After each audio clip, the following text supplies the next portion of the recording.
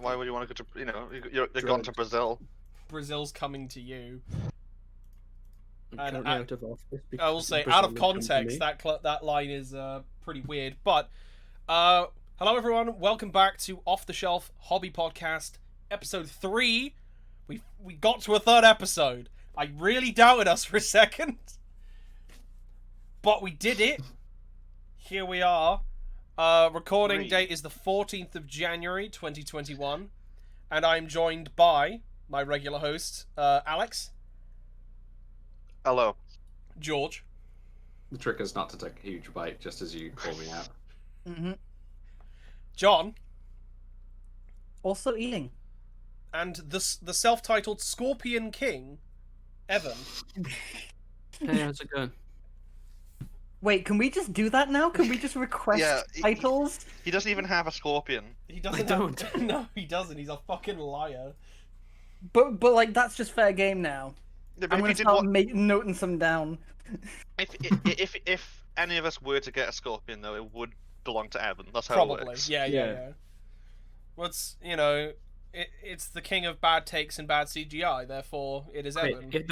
If you get a scorpion, do you then usurp the throne from me because you have more scorpions than I do? That is a point, actually. I'm assuming the Scorpion King is whoever has the most scorpions. It can't be that, because at the moment Evan's the Scorpion King with 0 scorpions. But no one else is one would be king. It depends on who wants to fight him for the title. You can't make a decent case for the throne. Well, yeah, but then how did you make the throne? I was born into it. There we go. See, no, it's birthright. We can't touch it anymore. Can't touch it. It's got no claims on it. Exactly. Just making sure my microphone is okay and everyone else's sound is coming through. Thank you very much. I start to doubt myself whether the audio will be okay, but we haven't had a problem thus far. So, yeah. Main things this week. We're talking about stuff, we're talking about things, we're talking about hobby content. And transitions are hard. Yep. I'm just trying segues are weird. And we kind of talk about some, initial things. Who wants to kick us off? Just get right into it. We don't have announcements. We're not sponsored or anything yet, so we can just kick it into gear. I'm not sure what even happened this week, apart from... All I know... Here's some things that happened this week if you want some help. This thing happened this week. This rumor engine with a fucking quality good buy in there. Yeah, let's have a look at that rumor engine then. I would see if you could send me the link real fast. Let's start off low, and then go up, and then John has an interesting topic, which I think will take a lot of time. So we'll leave that a bit more to the other side of it. There's just a small... All I can think of when I look at this thing is Ark of Sotek, but now it's lizards. So what I'm thinking is, think techless, but lizards. Master Mundi, he's coming back on a big old floaty base. That little boy's on it. There he is. That is Master Mundi. That's it, yeah. He's come back. That's who he is now. Literally just a little scaly boy. I love it. Yeah, no, he's precious. I assume he's on a rock or something. I love all of these rumor engines being only for Warhammer Underworlds. Yeah, because that's what all the nice models are, right? That's that's what they only exist. Mm-hmm. They really only exist. We're doing very good, Cell. Hope you're doing well. I really like that we've seen only this small image, and immediately everyone's gone, well, he's got to be good. He's great. I love it. Look at him. What bad model could have this on it? Well, that is the model, though, right? A Dragon Ogre Shagoth. But if they gave him good rules, and he had a tiny lizard friend, yeah, I would immediately buy him. The lizard gives him an extra attack. It's like an extra bite. If this doesn't come with stats of some kind, whether it's an extra attack or an extra hit point, or an ability, if you have this lizard, you're re-rolling once a hit in close combat. Because the lizard said so. A 6th wound, the venom kills you instantly. Oh yeah. Go to old 6th edition Warhammer Fantasy rules, all that stupid shit. Oh, but we do have... I mean, there's no fucking telling what this is gonna be, but it's got a lizard. It's probably Warhammer Underworlds, because that's where the models that have detail live. Yeah. And it's just a shame. That you can't have, normal battle line troops that have detail Eldar on them. Exodites. The instant death rule was good. 7th edition. A Guardian with No, it wasn't. on its base. Welcome to Sorry. welcome to Warhammer Horus Heresy, where we still have that rule. Into Death was garbage. What? It's just sucked ass. Into Death sucked. Not when all of your Primarchs have Eternal Warrior. Yeah, that's true. Yeah, but then you you just give had you give Kyra- Praetor Kyra's- Eternal Warrior.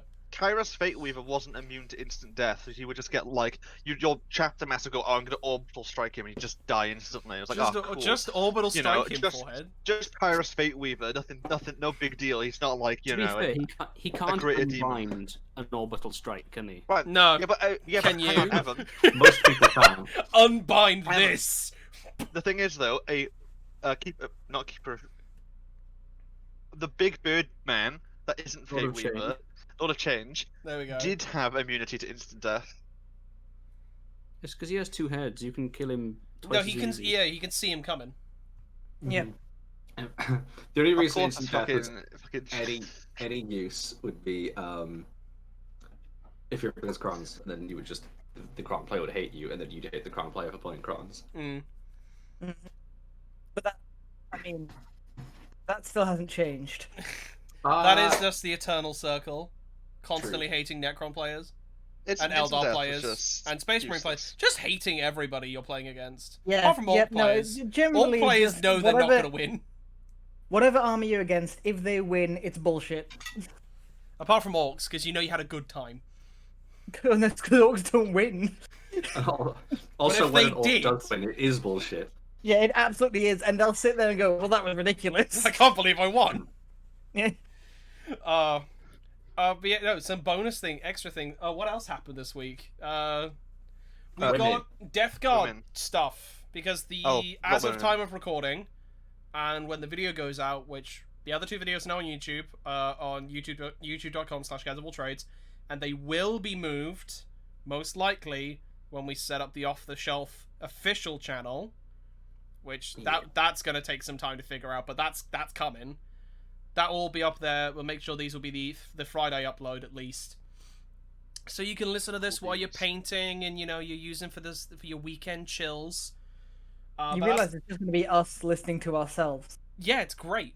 What did I say last week? And then, I listened to it. I'm like, man, that guy says a lot of good points. Like, Yeah. I understand. I like this character. I trust him to do my taxes. Mhm. But as of time of recording, the Death Guard Codex, the 9th edition one, is coming out. Is going out for pre-order on Saturday. Now for Zell, if you go !podcast, it will give you the links to where the podcasters are, and we are now on Spotify. We got some rules. We got some leaks. Well, not leaks. We got some teases. We'll get some leaks on Saturday after people who Well, get yeah, a there's hold not of the leaks book though, will- are Yeah. they? I mean, no, they would be, would they? No.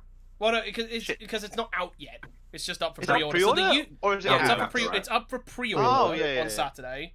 So content right. creators will get their hands on it. So we'll get from their perspective, and then someone will then also leak the book anyway. Just real quickly, is Gaz's volume dipping up and down for everyone else? It is a little bit. How so? Is it bad? I'm not sure if Um, it's Discord or not. Let me check on Twitch. Yeah, if you check on Oh. Twitch for me, that'd be great. Yeah. I could be having some issues. I think it's actually fine on Twitch. I only hope so. I mean, because it's getting the direct feed from my mic. It could just be Discord being Yeah, shit. it seems fine to me. Okay. Okay. Right, but yeah, we're going to talk about. I know It's we've your talked. bit rate keeps fucking up on Every the Discord. episode. That's all. Every episode we've talked about thus far has been about Death God stuff. That's just because that's what's coming out. I'm sorry, but there's some cool shit, and we're gonna have a look at it now. Look, They released an article which was I'm 7 not new sorry. things. Look, it's the Death Guard, right? The hard shit. They are all Right. they are always there. That's why it's been many weeks. Yeah, And- I had to get out of the fucking warehouse. Yeah, Yeah, and yeah, you know the first image we have is of some brave Militarum Tempestus about to get run the fuck over by all of the boys, and it's good Yeah, get because rushed. it's them showing how to say, "Hey, Tempestus exists." It's like, thanks, GW. Looking forward to that Guard Codex. I'm pretty sure those Tempesters have already died just by being that close to Mortarion. Oh, probably. Yeah. Especially because as Take we a go into deep breath. Mortarion, he's a big boy. He was the first Demon Primarch to be released? Or was Magnus the first? Magnus. Magnus was the first, he was the second. And the Master of the Death Guard is gonna have 4 Warlord traits. So Which is he gets a few. he gets as his list is here. He is 490 points as of the last FAQ, right? Yep, same with yours. So he hasn't gone down. Warlord traits. He gets 3 Warlord traits. We don't know what these are going to do. We can take it. We can guess what they're going to do based off of the 8th edition rules for them. However, it does specify that you can give him an additional Warlord trait from one of the 6 Plague companies, which are the sub factions of the Death Guard that were released during the War of the Spider Psychic Awakening book. So that means this man has 4 Warlord traits.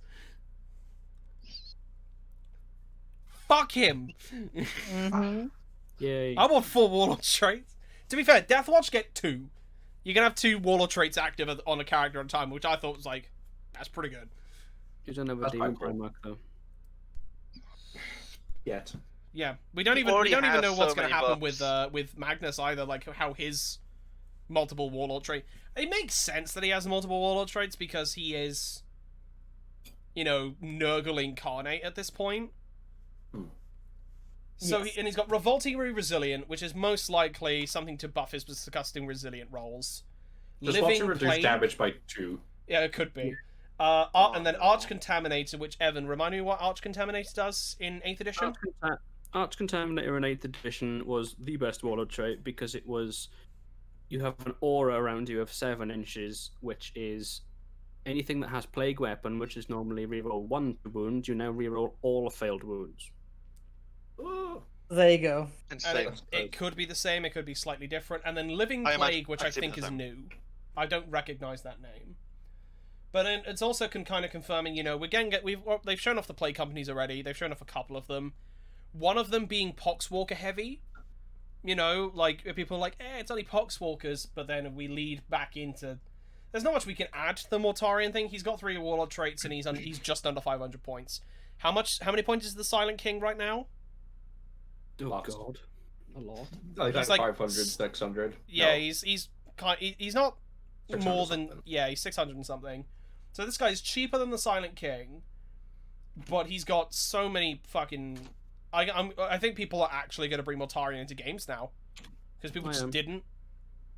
And I hope so though, because it's such a cool model. it's so gorgeous. The amount of conversions Oh, I've seen yeah. of a Mortarion with the moth or butterfly wings. Oh my god, it's so much creativity being shown off there.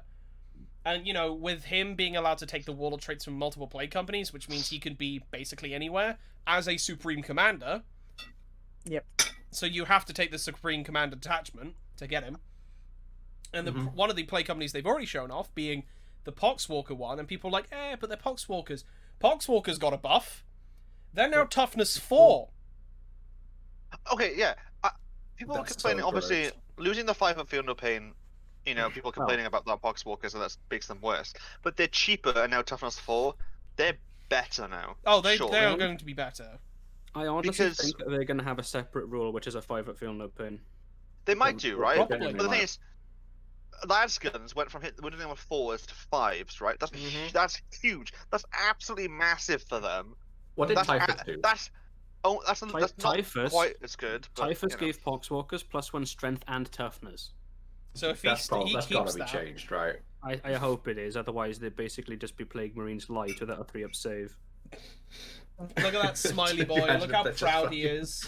That man is proud that he's got an extra toughness, and I believe they've mentioned as well, because they went down in points. Their toughness 4, and they now hit on 4s in melee as standard. And I thought they already hit on 4s. No, they hit on 5s. Okay, so they've actually made them kind of worth taking now. We've made them Because actual you've got competent in melee. You've got Did they get a 20-man horde bonus? units. They do not get horde bonus because, George, They're maxed at 20 men's. The 20 men strong. Tar I hate pit it. units, so that's what, 20 wounds, toughness 4, hitting on 4s, with most likely something in the back to allow them to kind of shake off wounds or regenerate or something like that. Man, They it's do. so. They did have a rule which is when they kill, generate models, Yeah. but they can't go above their starting size. So it is only to 20 men. It's so strange for me in with them because like, what is it? They don't have the horde bonus, which I just. It's like one of the only units that you would think of taking a big block of, because there's not much of that in 40k, right? You don't take, unless you're like Tyranids, I guess, but you wouldn't think of playing them in the first place. Like, Yeah. most people take mid-sized units, and then when Yeah, there is just casually a calling unit out where all you're like, Tyranid oh, players. 30 or 40 of these, great, she's going to go, oh, no, actually, we'll reduce Yep. that. It's like, but why? That's They've lost their kind of stacking horde bonus, but yeah, and they are still slow. They only move 4, and you're only really going to be running them. But if we have a look at the previous article, which they mentioned of the is it the Harbingers, or is it, which one was it? That was the First company. Poxwalker. It is the first company, isn't it? Yeah. Yeah, so they get so we can kind of compare that to the stratagem, because they've shown off specifically the Poxwalker one. They get a stratagem, 1 CP. Use this stratagem in the fight phase when a Harbinger's Poxwalker unit is selected to fight. Until the end of the phase, each time a model that in that unit makes an attack, you can reroll the hit roll for 1 CP. That's okay. That's good. Good start. It's good because I think they're not going to be core, so they're not going to benefit from reroll anyway. Yeah. And then a Warlord trait, which you can now also give to Mortarion. Shamble Rot, Contagion. While an enemy unit, excluding vehicles, is within contagion range of this unit, and at the start of your opponent's movement phase, roll a d6, subtracting 1 if the enemy unit has the character keyword. On a 4-up, it takes a mortal wound. On a 6, it's d3. So that means Man, if you're taking Mortarion as your warlord in a first company list, that is the biggest disrespect to Typhus in the world. Yeah, you just start. That's a fair point, actually. Hey, remember your dad, who you hate? Yeah, he's your boss now, and he's in charge of all of your underlings. And you don't get to say anything about it. Yep. He steals your wallet trait. But then even then, it's just that, you have a constant aura going off, and Mortarion already starts at max contagion range. So, Was it 9? I think it says actually here, yeah, 9 inches. 9 9 inches for him. So that means he has a 9-inch aura, and then as soon as anyone is within 9 inches of him, for any reason, they're already taking mortal wounds. Just that's in the opponent's movement phase. So that is huge. Well, not anytime that you're can be doing quite. damage, Yeah, for example, like you try to kill a character, he has 1 wound left. Mortarion somehow is nearby within 9 inches. Oh look, 9 1 inches mortal is wound. huge. It's on something. Mortarion Yeah, phase. it's something Yeah, I it think is you massive. really need to consider. And then Yeah, they're like, very. Playing Nighthaunt, and Lady Olinda has, I think, like 6 different aura abilities that are like of varying ranges. You have one that's 12 inches, and that's massive, and that's only like 3 inches, like smaller. Yeah. That's and on a bigger base that's pretty much the same size. And I mean, you consider how big Mortarion's base is as well. Yeah. Like, Big. it is large. Is he on a night base or not like a big circle one? It's a big circle. It's a big circle one. Yeah, it's not an oval. It's right here. Yeah, mine extra thing, just to add in as well. The relic that they get, infected remains, Harbinger model only. Once per battle at the end of your movement phase, you can select 1 objective marker within 3 inches of the bearer. While the bearer is on the battlefield, that objective marker has the Contagions of Nurgle ability, and is considered to have all the same Contagions abilities that the bearer has. I know you can't give Mortarion a relic, correct? Because he is a named character. No. But you give this to someone, you give this to your Lord of Virulence, the new one. Suddenly, he's kind of wandered off the board, like he's wandered off to an objective. It could be you are in a game mode where you might have to have picked a central objective, though, like not one in your deployment zone, but one in the middle line, to be worth more or something like that. You just pick that one. You're forcing your opponent, who has to go for it, to be at a disadvantage and most likely be easier to shift off of it. And like the opponent could be, for example, at the end of your movement phase, so you could rush Oh. an objective. No, and mate, then choose it. you could deep it. Yeah, You absolutely could. Right. deep strike. Fall on it and go That for this one. objective, right? This one's worth 3 points to you every turn, right? Okay, fuck it. Now it sucks. Now it sucks, and Oh. you don't want to come anywhere near here, and you are just going to have to try and find a disadvantage in this game. Combo that with the new Blight Bombardment. Mm. Bam. So is that in the main article again? That's in the one today. Yeah. So and today, yes, because we'll go over the Lord of Virulence, because luckily stuff happens on Thursday. But to be honest, Harbingers with Poxwalkers, there are it's good. It's a good sign because they are giving choices. Every codex that we've had so far, I think we can all agree, has given you actual choices. It's not like I have to play basically in this one thing or else my army is trash. Like AdMech, I'm like, I can only really play Mars because Mars has all the good stuff. But now, like, you know, Yeah. I get you.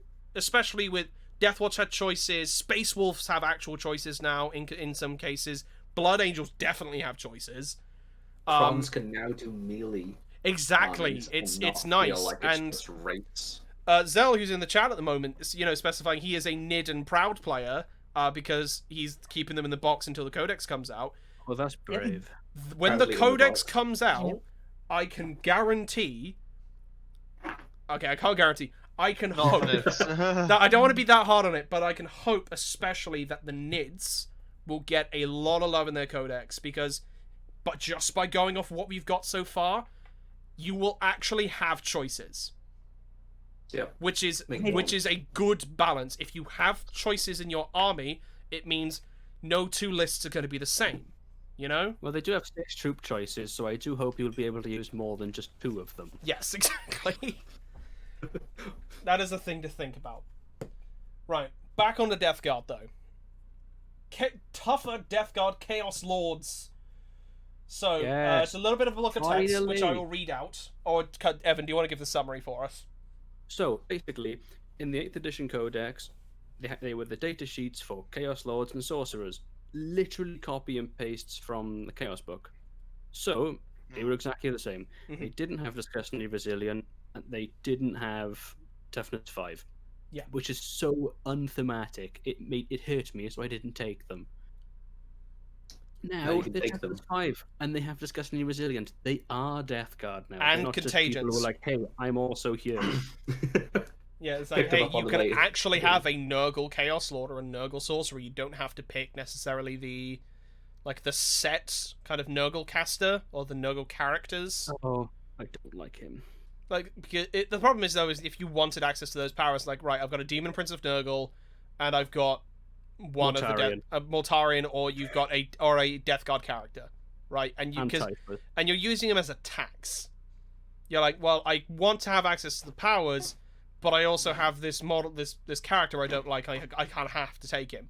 Again, it's options, and this should have been done way earlier. Yeah, the thing is between the Sorcerer and the Plaguecaster is with the Plaguecaster you're paying like, I think it's 20 points for a really shit rule. That's the only difference between them really. And the toughness differences, but you don't really care about that because he's there to cast, not to be shot at. Yeah. If he's getting shot at, you're doing something wrong, or you've lost. It's a good sign because anything that's kind of like crossing over, they're actually trying to make sure that if it is within the realms of a very specific thing, a very specific faction, that it's actually going to kind of work more, and hopefully they're picking up on more of these changes. Yeah, and it makes sense. Just like it's not like you can make Disgustingly Resilient be like, oh, +1 toughness as well, because then you'd have to change the data sheets for everything else. Yeah. And then Plague Marines wouldn't work in Chaos Space Marines. This is the best way of doing it. Just make their own data sheets for them. Yeah, and luckily we've already kind of seen that from the FAQ of they just have Nurgle Chaos Lord or Nurgle cultists and examples. You know, it's a separate thing.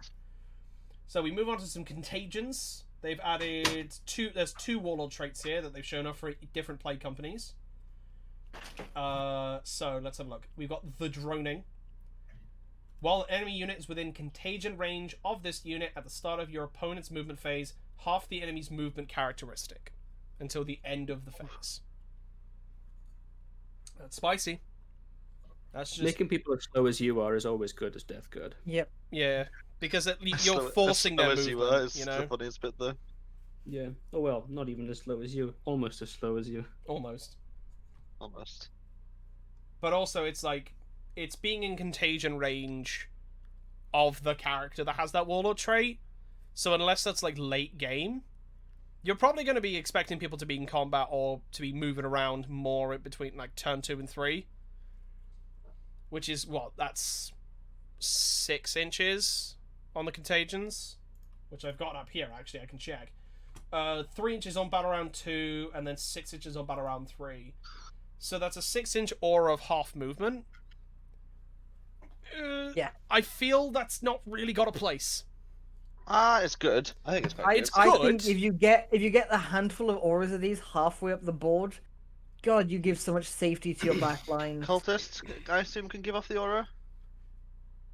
Then Well, you've 'cause got this the is terrain pieces that are just dotted up further across the board. They yeah, can't because this necessarily is walk past. something that's kind of hard to tell with this, is because this is a warlord trait contagion. As a warlord trait. Is this? Oh, it's only on Yeah. a what? So here's the question, Yeah, because they haven't really specified this, because they're trying to show off all these contagions and stuff. Mhm. If you give your warlord that specific contagion, is that something that is spread to the rest of the plague company? No, it's just the warlord. It's No, just it's the a warlord, which In is that why the case- droning is not good. That one's good on a demon prince, and that's it. But even Yeah, then, the demon, can I give but a then hot your tip? warlord is. It makes it really gonna hard get to charged. fall back from these people. That's what I was about to say. I gotta give my hot take of I charged my demon prince at your boys. You want to fall back, but you can't move as far. It's not It might make it so necessarily. you can't get out. Yeah, it's not a They might just kill your defensive. warlord, though, right? Yeah, it's not a defensive warlord trait. It's offensive warlord trait because it's hindering the opponent more. Mm. I can If see it being you can't used get in that away way. from me, not you can't move near me. It's Yeah, I'm Yeah. keeping you. Yeah. here. which makes sense. Like it's the problem is it's trying to have the, it's trying to see how you look at it.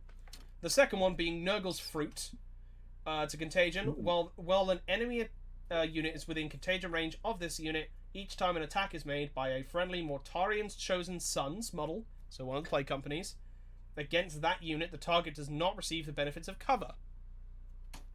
Sure.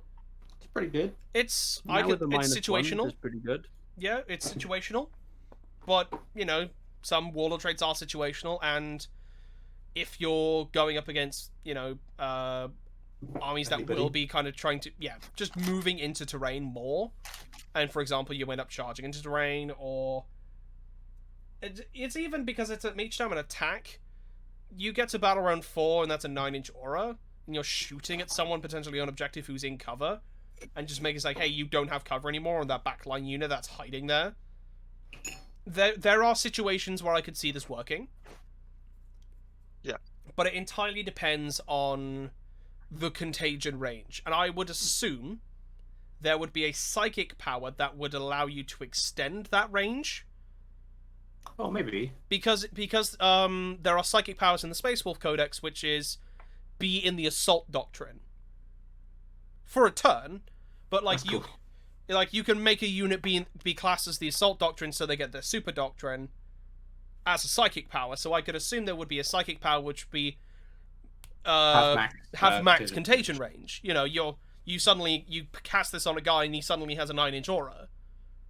And I'm pretty sure most of the contagion, if the normal contagion ability, is going to be off of every Death Guard unit. That's probably not a Poxwalker. And it would, and you know, if they're still alive, it always, because it's always extending out from every unit, and the warlords just have special ones. That's my assumption. Yep. So being able to like max that range out at key points in time. For example, you have a unit of Blightlord, Death Shroud Terminators about to go into combat. You know, you force that they can't fall back, or you do that. You maximize the droning somehow, and then that unit is pretty much like, if they try and fall back, they're really not getting far away from your Death Shroud, which means that fight is still probably going to happen. Or you're keeping them locked in combat. It's things like that. It is possible. So that's a theory I have. Could be right, could be wrong, but based off of kind of the existing trend. Well, maybe not trend. I don't think the Blood Angels have a thing like that, but I know.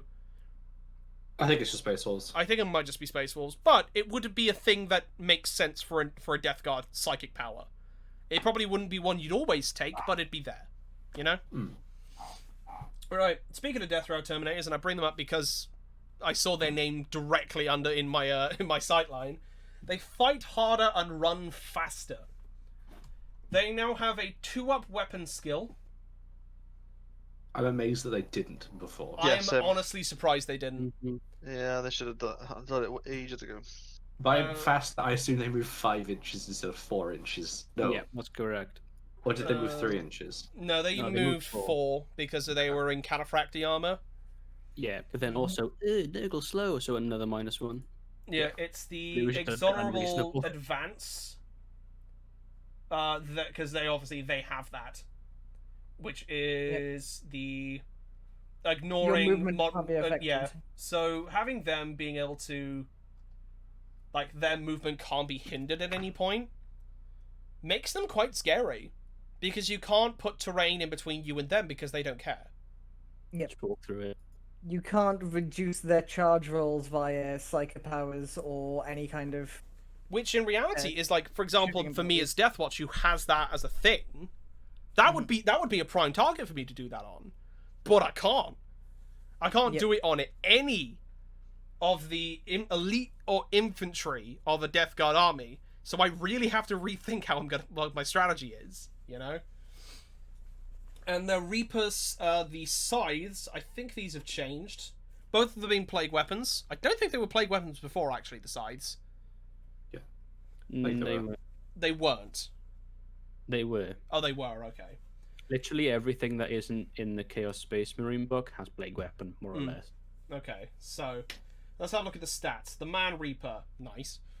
They have two things for this. They have Cleave or Scythe. Cleave. It was just the Cleave stat line before, I think, right? Yeah, potentially. So the Cleave being +3 strength, -3 AP, flat 2 damage. Plague weapon, and it's -1 to hit. So it's the Power Fist rule and the Thunderhammer rule. Back to 3-ups. And then the Scythe, which is +1, -1, 1 damage, and you make 2 hit rolls instead of 1. So you get double attacks, and you're still hitting on 2s. Yeah. I love that. The fact they give them like a big old cleaving thing is just great. Yep. It makes sense, and it makes them more utilitarian. You actually have. You're not really necessarily fishing to hit one thing specifically. You could just be like, actually, I can put this onto a chaff unit, and I know for a fact I'm getting through them. You know. Well, the thing is, at the end of the day, they're a bodyguard unit, so it's whatever the enemy throws at you, you can kind of deal with.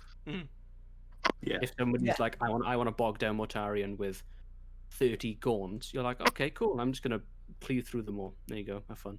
Yeah. Just them with the sides just look cool as well. They should have just given them Reaped like Khorne, like a Nighthorn unit that has. Yeah. Yeah, exactly. Especially, roll. I will say, When they I get would. charged by Sisters of Battle and they get their Man Reapers out, and they all take their helmets off and say, "I am no man," and then just stab them. And they're just like, Oh, I fuck. can't do anything now. Oh, I can't do it. Adeptus Sororitas confirmed counter. Sisters of Silence as well. Just Yeah, true. unstoppable. See, the thing is, as much as I'm not a fan of the Nurgle aesthetic that much, but I would totally love to have the 30k Death Shroud because they just look cooler. The new ones. They look nice. I'm not a fan of that aesthetic. If I was going to do this kind of thing, I would use those because I prefer the sculpts because they are just they're just pristine and then love. I know pristine's not the point, but they are just cool. But it's nice to see units like this getting love. Like Terminators this edition are getting love, and that is good. The reason I like the newer Death Shrouds so much more than the old ones is because the newer ones actually have like they're more like farming scythes. Like the way one of them is holding it, he's got like the handle halfway down, and he's like, yeah. They've all got it. I fucking love that. I love that so much. They really are reaping. As they should be. They're ripping Khorne. Yeah. And Slanesh and Zinj. Yes. Yeah. Lots of corn. Right. Custom contagions for Crusades. We're going to gloss over this. In reality, It's cool. It's cool having custom contagions, which you get for developing your own Plague Company. But none of us are going to be playing Crusade until we all have the ability to do so. I don't know if I have a book and Tom as a book. I'll play it on my own with Tom. That's pretty much going to be the only occasion. Like, I wouldn't play it with, that's illegal. I wouldn't play it with John until John had orcs. He would have an orc codex with that stuff in it. There'd be no point. And then even then, Admech as well. John at all because he plays orcs and orc players are smelly. Like You also play orcs. and if you have two of them in the room at the same time, it causes a disaster. How the hell are we going to film battle reports? You both turn into Nurgle players. You both become you both become Nurgle players, and we just can't be around you anymore. It's fine. What we'll do is when we sort out a filming space, we'll give you the shed. We'll put you in the shed. Alright, yeah. So you're outside the main part of the building. That's where you record your games. It's fine though, because put an orc in a shed with a bunch of scraps. Oh no. Tony Stark built this in a cave with a bunch of scraps. And John's oh no, he's got a blowtorch. Burst out of the fucking shed with a car, just fully made it of. Look at this car that I have. Orange juice cartons. Yeah, using only a couple of apple juice cartons, a straw, and a car. Wow. Where did he get that car from? I don't know.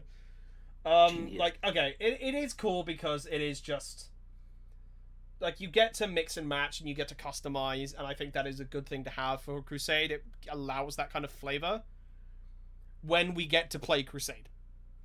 Crusade is a cool idea, but there's no point in playing Crusade until you have your own book and the people around you in the group that you would normally play with also have their book. Yep. Simple as. But Otherwise, it'd just be weirdly. Yeah, it's just weirdly one-sided. Not necessarily unbalanced, but one of you is getting neat stuff, and the other one is just like. Yeah, and like the other person's like not getting anything related to theirs. It's like they just get the most generic shit. But I'll tell you things that aren't generic. Foetid. How do you even say that word? Fetid. Fetid. Yep. There's an O in there.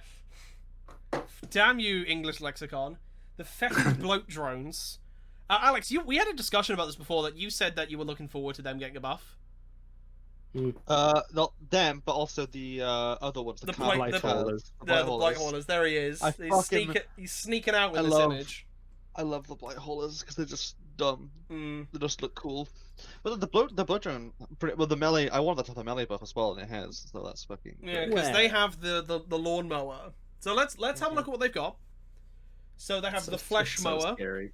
It's so scary. It is 3. It's a plague weapon. +1 strength, -2 damage, -2 AP, flat 2 damage. So you're killing Marines with this thing. Easy mode. Each time an attack is made with this weapon, make 3 hit rolls instead of 1, and a horde spooking maximum of 12 attacks each, and they are now hitting on 3s. Gunk. Absolutely, just could turn it into mince.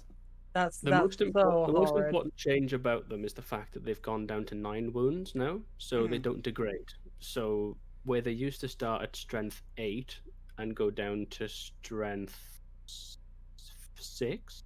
Yes. 5. Yes. I thought it was 7 to 5. No, because they were strength 6 base, and they had the weapon used to be +2, -2, 2. Right. So they're 6, 5, 4. Yeah. So because they are now not degrading. Yep. And then they've made this now strength +1. It means I'm assuming most likely with the flesh mower that they're going to be either strength 7 or strength 8 with the weapon. Either strength 7. Strength 7. So you're not wounding Marines on 4s. Well, you are because they're now on 2. Sorry. Oh yeah, actually that's a fair point. That's a very fair point because of the. It's interesting because of the fact they've kind of subverted existing rules by adding new ones that do the same thing. Yeah. And then you kind of. It's becoming less like stuff on the datasheet, but more generalized things that the army has. A lot more army-wide rules. Which I guess is the kind of the design influences they're getting from Sigmar. Yep. Yeah. Which is a good thing. on paper, you're like, oh, they don't wound land raiders on 4s anymore, but then they do because it's now -1 toughness. Do vehicles? Yes, vehicles get affected by the -1 toughness, don't they? Yeah, literally everything does. Everything does. That's really funny. Disgusting. That is the point. But it's good because I in a lot of the battle reports, I mean, I can't really comment. I don't play Death Guard. The technically 2 Death Guard players I know, which is Strath and Evan. Technically, I've not actually seen you play your Death Guard. Technically, I have. I've never seen you play your Death Guard though. I played them briefly at the start of 8th, and then I didn't like them, so I stopped. Yeah, but this was a unit. This was a unit, even though it's one of the cooler models that they have. This was a unit that didn't really show up very often. It looks so good. It looks cool, and like in it, like the little one, the little fucking crab with the chitter teeth in the front. Like, I love him. They just never really turned up, and it's a shame. Crabbot. The little crab bot. But I'm hoping now, with this, and most likely they'll have something extra for like demon engines as well. Oh, they've because been there was up recently anyway. Yeah, there's a plate company from War of the Spider which was very much machine demons. What are they called? Yep. Demon engines. Demon engines. That's what I said the word like 3 seconds ago and I already forgot it. Demon engines. Which means that these are probably going to see a lot more play, and also with the changes to bring it down. I'm so happy for that. Which means I that think you're not. everyone's happy with the changes to bring it down. To be honest. Yeah, there's no bad one. There's nothing on a negative on that front. Which means that these are only technically worth 1 point for the kill. So in reality, like, oh, to maximize my points, I won't shoot them, or I'll do something else, or this, that, and the other. But that means also you're leaving these things alive, and they are going to hurt when they hit you. Yep. Especially now because their multi-melter hits on 3s, and they've doubled the shots of it. Oh yeah. What's the movement of them? 8? 10. Oh no! You're right. I think it is. It's 10, and they technically have they don't technically have fly. These things are terrifying. Isn't that cool? Real scary stuff. There's a lot. Like, it's nice because they are looking at units that people just didn't really have. Well, they had, but they never really played with, and are making sure that everything is kind of looked at in a broader scope. And at least the key things that make the Death Guard should be getting love. Because like it's great, yeah. You get it with. I was like, oh yeah, Defilers. Defilers are cool. They get some extra bonuses. That's great. But the problem is you can play them in any fucking Chaos Army. Who cares? You know, like, yes, they have Nurgle specific things now. That's great. But the problem is that the things they brought out for Death Guard weren't really being taken apart from one tank because of what the Plague Company allowed it to basically just have a 4-up invuln save and a 4-up feel no pain for the Disgusting Resilient, you know? But it's nice because it's, as I'll say continuously, it is the thing that they are just allowing you the choice to actually play your army. To not just play, oh, I'm basically just playing a Demons of Nurgle list with these three tanks. Yeah, it's not literally just like, hey, here's my 15 Nurgling bases, some Demon Princes, and 3 tanks. Yeah. That just being it, and you're being technically a Death Guard list. Like, that's not a Death Guard list. That's just, it's aggravating seeing... Yeah, exactly. And the people didn't want to take Plague Marines because they weren't any good. There was no reason to take them. How Plague Marines are absolutely... And now is you have very good reasons to play your army. And even like with all the Space Marine changes alone as well, it's like I actually want to take other things. I mean, apart from Radicators, because you kind of have to take those, but there are actual things in the list that I would want to take. I want to take Dreadnoughts. Here is the ability to have lots of Dreadnoughts. And you are not penalized for that, where in reality before, in 8th edition and through most of that, you were penalized for these kinds of things, because not by fault of the fact that the game was designed that way. And with the core changes to how 9th works and how the design philosophy has changed, every army that comes out feels unique, like it should. Yep, gave them a rule that lets them do what they do. And it's stringing to the fluff. Like, I don't It's gonna think if be- we were in 8th edition still, the Death Watch wouldn't have had a Warlord trait allow them to take a Warlord trait from the normal Space Marine book. There wouldn't have been anything like that. It's going to be interesting to see when they get round to doing the new codexes that aren't just Marines but different. Yeah, because the first one being the Dark Eldar, and Yeah, I think we are all really curious about that. I'd say Death Guard is the first step that's very not a Space Marine, because Space Wolves are just Marines with wolves who hit things with an axe. Marines with fur. Yeah, Marines with fur. And Blood Angels are just things that hit people with a sword. Your sharp teeth. Yeah. This is interesting. I like all the because if auras. we got our auras. and if we're looking at the next 3 codex that are coming up, is obviously this one's being out for pre-order on Saturday. And with GW posting that they're going to go to the bi-weekly model, that means we have to wait after the release. I think we might either have to wait. It probably will be a week or 2 weeks before we get the Dark Angels and the Dark Eldar. Drukari books, because they're supposed to be coming out in January still.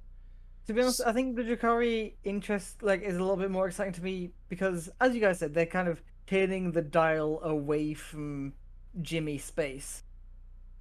Jimmy Space.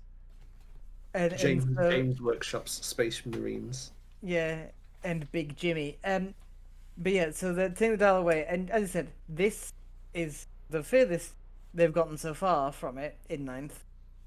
But yeah, when they hit Drukari, the dial's all the way. Then they're not at all even close to Space Marines. I mean, the Necron Codex is a great indication of that as it is, But just the stuff they added. But where the fuck are my models? That's a fair point. That is a fair point. Yeah, I'd love to go and get a Cryptek. Imagine having but I can't. It's just not possible. They've lied to me. They're like, oh yeah, look at this new special edition model. It's you could use it as a regular Cryptek, and I'm just like, what's a regular Cryptek? Please enlighten me. Where are the rest of the Crypteks as well? They're in the warehouse somewhere. They're just hiding them from us. And the flayed ones. You can't get flayed ones either, and flayed ones are awesome. The new flayed ones are cool. Okay, we've got the last little bit. I think that kind of drives home the last point, though, is that everything they've got so far, I think because, again, as John said, with the Drukari book being the first non-Marine being Marine that wasn't Necrons. Yeah. And even the Necron book was a good sign to show that they are doing what they can to make even the Xenos faction feel very fluffy and an actual threat. I'm looking forward to seeing how the Drukari. Sorry, I think I took the Necron one with a grain of salt just because it was released with the Space Marines alongside. Yeah. So they kind of were putting themselves in a position where they went, here's the Space Marines and something else just as good. They had to do that. If they didn't do that, then it would have been chaos, commercial suicide. Yeah. Yeah. Also, they couldn't just release Necrons without going over the Space Marines, though. Yeah. So it'll be interesting to see this sort of almost by itself, the Drukari, just as a. And most likely, the Sisters book is not going to be far behind. That's such a weird one. Because I'm just like, I don't need it. I understand you don't need it, but they're going to give it to you anyway. Like I said, it's half because I've not really played Sisters properly. Well, you're getting a new book. Half because it's a really good book. Like it's literally all they're gonna do, George, is add Crusade rules and go, there you go, reprinted it for you. Yeah. They're gonna give the Palatine and then the release a whole new book for one data sheet. One model. It doesn't even need a model. It could just have a data sheet the way like Sisters work. It's that's true. The only different thing about her, she's got a little like arch above her backpack. That's it. That's important though. That's an important arch. I'm just gonna use the limited edition like this one, the one with the The one Oh, that's on like the cover. special edition sister. Yeah, I'm just Yeah. gonna use her. It's gonna look great. Yeah. In no, that case, that's fair. George, when you split the box with Tom, can I have the model? Because I don't have one. No, because I was gonna steal her backpack. Oh. You're implying that the backpack will be separate. But going back slightly onto our existing topic, we're talking about this man again. We're talking about the Plague flamethrowered new HQ that is the Lord of Virulence. Vigilance. That's a spray boy. The Lord of Vigilus. Lords of Vigilance. Vigilus We Defiant. got the planet after Chaos one. Yeah. This man clad in Terminator armor, blah blah blah blah blah. They've already kind of showed him off because of he had his Plague Spewer and the ability to make that Plague Spewer better, and also and then getting reducing people's toughness around him. That's pretty cool. But we got some extra things. He has a built-in aura called Master of Destruction.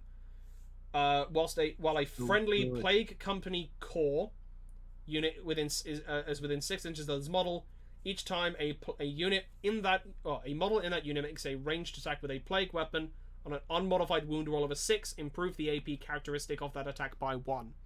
Fantastic. So that's just a good thing to have. Yeah. That's just good. Yep. Flat good. Very good. And because he's got a flamer, you're gonna want him up there anyway. And he's in Terminator armor, so most likely he's turning up with Blight Lords, and you stick them with Blight Lords, and that means all of their, just even for the cleave, all of their actually no, because it's range weapon only. I'm stupid, but Well, the Blight Lords are the combi bolters. They're 4 shots each. yeah. So that's They're not plague weapon, but there is currently a stratagem to make them plague weapons. so they may give it the same kind of thing. There are going to be times where you're gonna have that ability, and it is a core thing. So it's going to be a similar thing when you got because Dreadnought's a core for Space Marines. Most likely, bloat drones will be core for Death Guard. Oh, Hell Brutes will be. Yeah. I'm not sure about the Demon Engine. I'm going to say Demon Engines are not core. I think it Probably depends not. entirely on the size of them. If they're like the It's like- big ones, no. It's like a Rhino isn't core. No, Rhino. Like a Land Raider isn't core, is it? No Space Marine Yeah. vehicles. but Like a Dreadnoughts. Predator. No. Yeah. Hence and- why but I'm they saying are- when it's like a bloat drone, because it's like the Dreadnought equivalent to if you. Sure, it's a Dreadnought with wings. Yeah, I guess. Yeah. But also like. Helicopter Dreadnought. That's the reason I'm kind of saying that could be core. Could be, kinda but nutty. But I love the it's just idea a that, good I feel like it's posit- closer to being Yeah. like the tank equivalent, like a not a Razorback, Yeah. a Could be. Predator. If the what's the bombardment one? The The Plague Burst Crawler, the PBC. like bus crawler. Yeah, I like the idea if that is the thing that has that rule has core, and you just got this dude just standing he around, can just back, yeah. just so if anything attacks it, he just like hoses them down like he's washing Yep. the car. He's got to keep it nice and dirty. Yeah. Yeah, I'm gonna say PBCs are definitely not core because the old tactic was just have 3 of them and stick a Chaos Lord there and give them reroll 1s. Yeah. Yeah. That was so boring, so that's probably gone. And it's just a flat nice ability to have just as an aura. a good one. Noticing it's 6 not 7, so they're kind of getting rid of the 7-inch thing to an extent. I thought you meant the roll. I was just gonna say there's no D7s.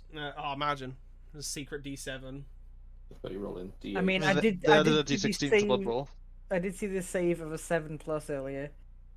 Oh, yeah. the Poxwalkers. Yeah. Yeah. Well, So that's you the. get, a cover save in cover. Yeah. It's so you actually have that. But then another extra bonus thing, which I've not seen this. I haven't seen anything like it in any of the other codexes thus far. That was brilliant. And it's the Blight Bombardment. So it's a 2C. It's a 3 CP stratagem, which goes down to 2 CP if the Lord of Virulence is your warlord. Is this going to be enough to make him my warlord? Debatable. Depends. It entirely Are you taking depends. Mortarion? Yes or no? Yeah, are you taking Yeah. Mortarion? And even then, it's like, how many people actually use the orbital bombardment stratagem for the Space Marine book? Not many. So the thing I like about this one is that it's delayed. Yeah. So let's have fact- a read of it as well. Yeah, go for it. Yeah, so use the stratagem in your command phase. So it's not the start of the game. The orbital bombardment one is the start of the game for Space Marines. If a Death Guard, I'm pretty sure, yeah, it's not at any point. It's at the start. Okay. If a Death Guard Warlord from your army is on the battlefield, select one point on the battlefield and place a marker on that point. At the start of your next command phase, roll 1d6 for each unit within 6 inches of the center of that marker, adding 1 being rolled if it's infantry, and subtracting 1 if it's a character. On a 2 to 6, it suffers d3 mortal wounds. It's d3 mortal wounds. On a 7+, that unit suffers d6 mortal wounds. The marker is then removed. If your warlord has the Lord of Virulence keyword, this stratagem costs 2 CP, otherwise it costs 3, and you can only use it once. Apologies for my terrible reading. So, straight off the bat, the thing that I love this stratagem, I do actually really like it. It makes your opponent have to plan. Imagine thinking in Warhammer. I hate that that Nurgle units aren't immune to this. It's a flesh-starved blight spore. Yeah, that's a good point, actually. You'd think that Nurgle would be immune to it. I mean, if it depends, if it's a big explosion, maybe. I love the idea that, like, you would, like, if you were immune to it, you could drop it on objective and just have, like, a bunch of Marines. Yeah. Just like, we're getting orbital straight, but, like, it's fine. It is a balance, I guess, to make it so it affects Nurgle. Oh, no, sorry. Slight correction. Orbital bombardment is the exact same. This is exactly the same as orbital bombardment. Oh, really? Yeah. It's a 2 to 5. It takes d3 mortal wounds. On a 6+, it suffers d6 mortal wounds. Oh, does it still have the delay on that? Yes. This is how much people use this stratagem, because we just didn't know. Does it have the infantry and the character interactions? Yes. It does? Yeah, it's basically the same. The main difference with this is that you're getting I think it's the +1. I think it's gaining the +1 if it's an infantry and -1 if it's a character. I don't think that's there. Let me check. I just had it and then I closed it. Reduce the strategy cost as well? 3 CP and it doesn't go down. Okay, cool. So there is that as a comparison. It's like, okay. So the Space Marine one reads thusly. Use the stratagem in your command phase. If an Adeptus Astartes Warlord from your army is on the battlefield, select 1 point on the battlefield and place a marker on that point. At the start of your next command phase, roll 1d6 for each unit within 6 inches of the center of the marker, adding 1 if the unit being rolled for is within 3 inches of the center of the marker, and -1 if it's a character. On a 2 to 5, it's d3. On a 6+, it's d6 mortal wounds. Marker is then removed, and you can only use the stratagem once. So the difference here... Oh, they've got a proximity thing. That's cool. This one's a proximity thing. This one is not. And it's only depending on who you use it on. Or who happens to fall within the 6-inch range. And I think because it's the adding one, it's the chance so you can get that 7. Because you roll the 6, you get the +1, you get d6 mortal wounds in a unit. Death Guardy, because obviously it's got the number 7 in it. A 2 CP stratagem, which can force an opponent to actually move around it. That's not terrible. So 2 CP is a really nice one for it. What I like about it is, say it's the second and you're going first. If your opponent needs to be on an objective at the end of his turn, you can just be like, okay, I'm going to blight bombardment that one. Even if you have no guys left on the board and he walks onto it and then dies, he doesn't get to score that in his turn. Yep. I mean, it is a strategic ploy. I can see it being funny at some points, but that's all I can see it being, rather than actual. I mean, it's there, but it is also a thing where it's cheaper. It's the same thing with the combat revival. The combat revival becomes free if you have the chief apothecary. It's the same kind of thing. It's the same interaction. It's like, do you have this unit? Oh, you get this benefit. You know, it's that kind of extra layer of thinking, which is nice. And I'm glad that they are adding stratagems like this. I think, again, this is situational. It's cool. I don't think there's going to be much use of it, though. You feel me? I think if you play 10 games, then in one of them, this will be absolutely clutch. Yeah. And in the other 9, you won't even think about it. That's a fair point. Mhm. That is a very fair point. That's kind of a good thing, though, honestly. But that one game though. Yeah. Yeah. That one game. Oh, and you'll talk about it and you'll remember it and be like, God, that was such a good game. But hey, remember that time I did this? Remember the time I used that one stratagem that no one uses? Yeah. Wasn't that great? I'd use it. I've never used the orbital bombardment, but that's because I just never have enough CP. I was just like, oh no, I need to save all my CP for everything else I'm doing. Yeah. But I think that is everything for the Death God stuff. I mean, it's Thursday now. We probably may get an article. That was the article that we just mentioned with the Lord of Virulence came out at the time of recording. It came out today. We may get another one tomorrow. We're probably not going to get much because we're going to be getting the codex itself up for pre-order on Saturday. It doesn't really matter what they say in the rest of the week because we'll be able to see the codex by next Thursday probably. And as a message I will always try and say when it comes to pre-ordering things, please support your friendly local game store during the pandemic. They all need assistance, and the most we can do is pre-order from them as well, because they do still get a good amount of money off of the pre-order, and you may not be able to get the super special edition looking borderless art codex, because that's all it is. Yeah, it's just borderless windowed mode. Yep. But you can still get them any models, you can get the new terrain piece, you can get everything else from a friendly local game store. Our recommendation would be probably Firestorm, because we're all local and we are all patrons of it, and we are trying to get an affiliate link, but goddamn, that's difficult. When we actually had if we had actually a business thing, I might have to email them directly. We'll see how that goes. But hopefully we can get affiliate link for that. That'd be nice. But again, always support your friendly local game stores. Always support them, unless they're an asshole. There's a big if though. It's a big if. It happens sometimes. It does. All right. So that's pretty much all. That's all the Death God stuff for now. We most likely won't. It will take 2 podcasts before we can actually talk about someone actually having the rulebook in their hands. And next week, if there's a leak by next week, we'll probably talk about it, and we'll see how it goes. But talking about other stuff now, Women. Yeah. let's talk about some Blood Bowl. Some women. Whamming. Women. That's a dead woman. That's fine. Oh Wait, yeah, no, it's... Speaking of Blood Bowl, forgot about that. Because we've been having, all of us here have been taking part in a Blood Bowl tournament league thing. Good old Blood Bowl 2, not. This is online Blood Bowl 2. We can't do it obviously physically. Corona-free Blood Bowl. Yes, this is the Corona-free Blood Bowl. And obviously this is before the new version of Blood Bowl the actual game version, the video game version is going to be released. We don't know when that's going to be released. Nope. They haven't even announced the beta yet. Yeah, there's a beta that's going to happen, but we're going to have to wait a while for those. So we're doing what we can. We've got a league at the moment. And there's been some stuff happening. I mean, apart from one of John's games where nothing happened, as he told me. Nothing really happened in mine. Yeah. Wait, I was gonna say that was our game, though, wasn't it? It was Skinks v Chaos.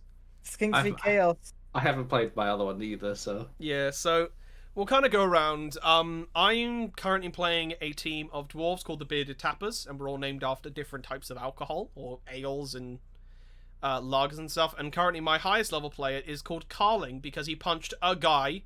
It was the only punch he did, and he became MVP for some reason, and then scored, and then leveled up. Fuck knows, he just turned up late. MVP be random. MVP do unfortunately be random. And then Alex, you're currently playing the 50 Shades of Hades. Yep. Which is an underworld team. Yeah. Is it pronounced Shadies for the team then? Well, it is. Yeah, for the team, for the sake of the pun. Yeah, of course. It's 50 Shades of Hades. Yeah, because that was the other way I was pronouncing it, and that made me sad. Both of them work. They're both all kind of work. Yeah, I've got like a team of underworld lads, which I kind of made because I'm kind of excited for the new underworld in Blood Bowl 3, which are a lot more interesting than the Blood Bowl 2 ones, but that's fine. They're still fun. They're very much struggling to do anything. They've had their first two games have been rough. Performing somewhat. We have had a star player tag in with a bomb and explode the Minotaur, which was great. And then some other goblin did straight up just kill a hobgoblin. Oh, the overlay just didn't work. Yeah, Say Snake, thank you very much for the follow. Appreciate it. Sorry, carry on, Alex. But yeah, no, I just heard JFK in the background. I'm like, what the fuck? I've been absolutely loving the Blood Bowl boys. Like, yeah, they've been doing good. They've been some jammy bastards. Pretty sure I'm bottom of the league. But again, I'm playing Underworld. I'm not going for the top of the league. I'm just surviving. No, exactly. You're playing Underworld. You're really most comfortable beneath everything else. They are currently not on the floor. They are under the floor. Yeah, but that's where they are safe. They are doing good. They're exceeding their expectations at the moment. Again, I have killed a Minotaur, so like I've already peaked. That's true. You've sorted that out, and unfortunately, that when you killed him was with a star player. So it was with a bomb anyway. So even if he wasn't a star player, you didn't get to reap much of the benefit, but also you did kill a Minotaur. And Evan, have you held your memorial service for him yet? We didn't eat him, as we discussed earlier. He's a cow and he is dead, but we haven't eaten him yet. We cremated him. His ashes were thrown back into the chaos waste. Hopefully he comes back in some sort of other incorporeal form. I've played 2 games so far, both of which have been draws. Fun draws, though. The first game I played against James was really close, like a super close game. That game was very close watching that. So for context, Evan is playing Chaos Dwarves, and James, a friend of ours, is playing as Skaven. And I'm pretty sure this is his first kind of proper foray into Blood Bowl. No, he's played it before. Oh, well, it was a while ago. It was a few years ago. Yeah, his team is the Charcuterie Boys, so they're all named after cheese. Of course. They all have cheese puns. That's what I'm up against next. Yeah, and my team is based on the 1982 film The Thing. John Carpenter's I don't know The why. Thing, specifically. I just decided I wanted to do that. Taste. Why not? I mean, it just shows... Yeah, McCready was the Minotaur. McCready's dead. Yeah, he's dead now, George. Rick McCready. Oh, I spoiled The Thing. Oh my god. Can't believe it. Realistically, you should all be dead then, except for McCready. Should have been, yeah. George is playing your Skink Deep. Yeah, Skink Deep. As beauty only is the Skink Deep. Which surprisingly, I fucking love that theme. I love it so much. They're all named after skincare products. So they're all skinks, apart from my Croxagore, who is The named Body Shop. The Body Shop. I fucking love The Body Shop. I love him. I've not seen him play. I just love the idea of him. I've only played a game, which was against John. Yes.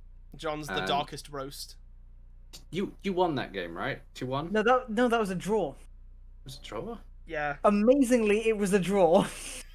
Damn. Wait, was it 2-2 or 1-1? Oh. Right. Alright, yeah, you didn't quite get that last goal. No. Fumbled the ball about 5 times in a row. Yes, and I fumbled the ball on Go For It's like 6 times. That's it was appalling. A terrible display from both teams. A ludicrous display. You didn't name your team, George, after neck deep songs.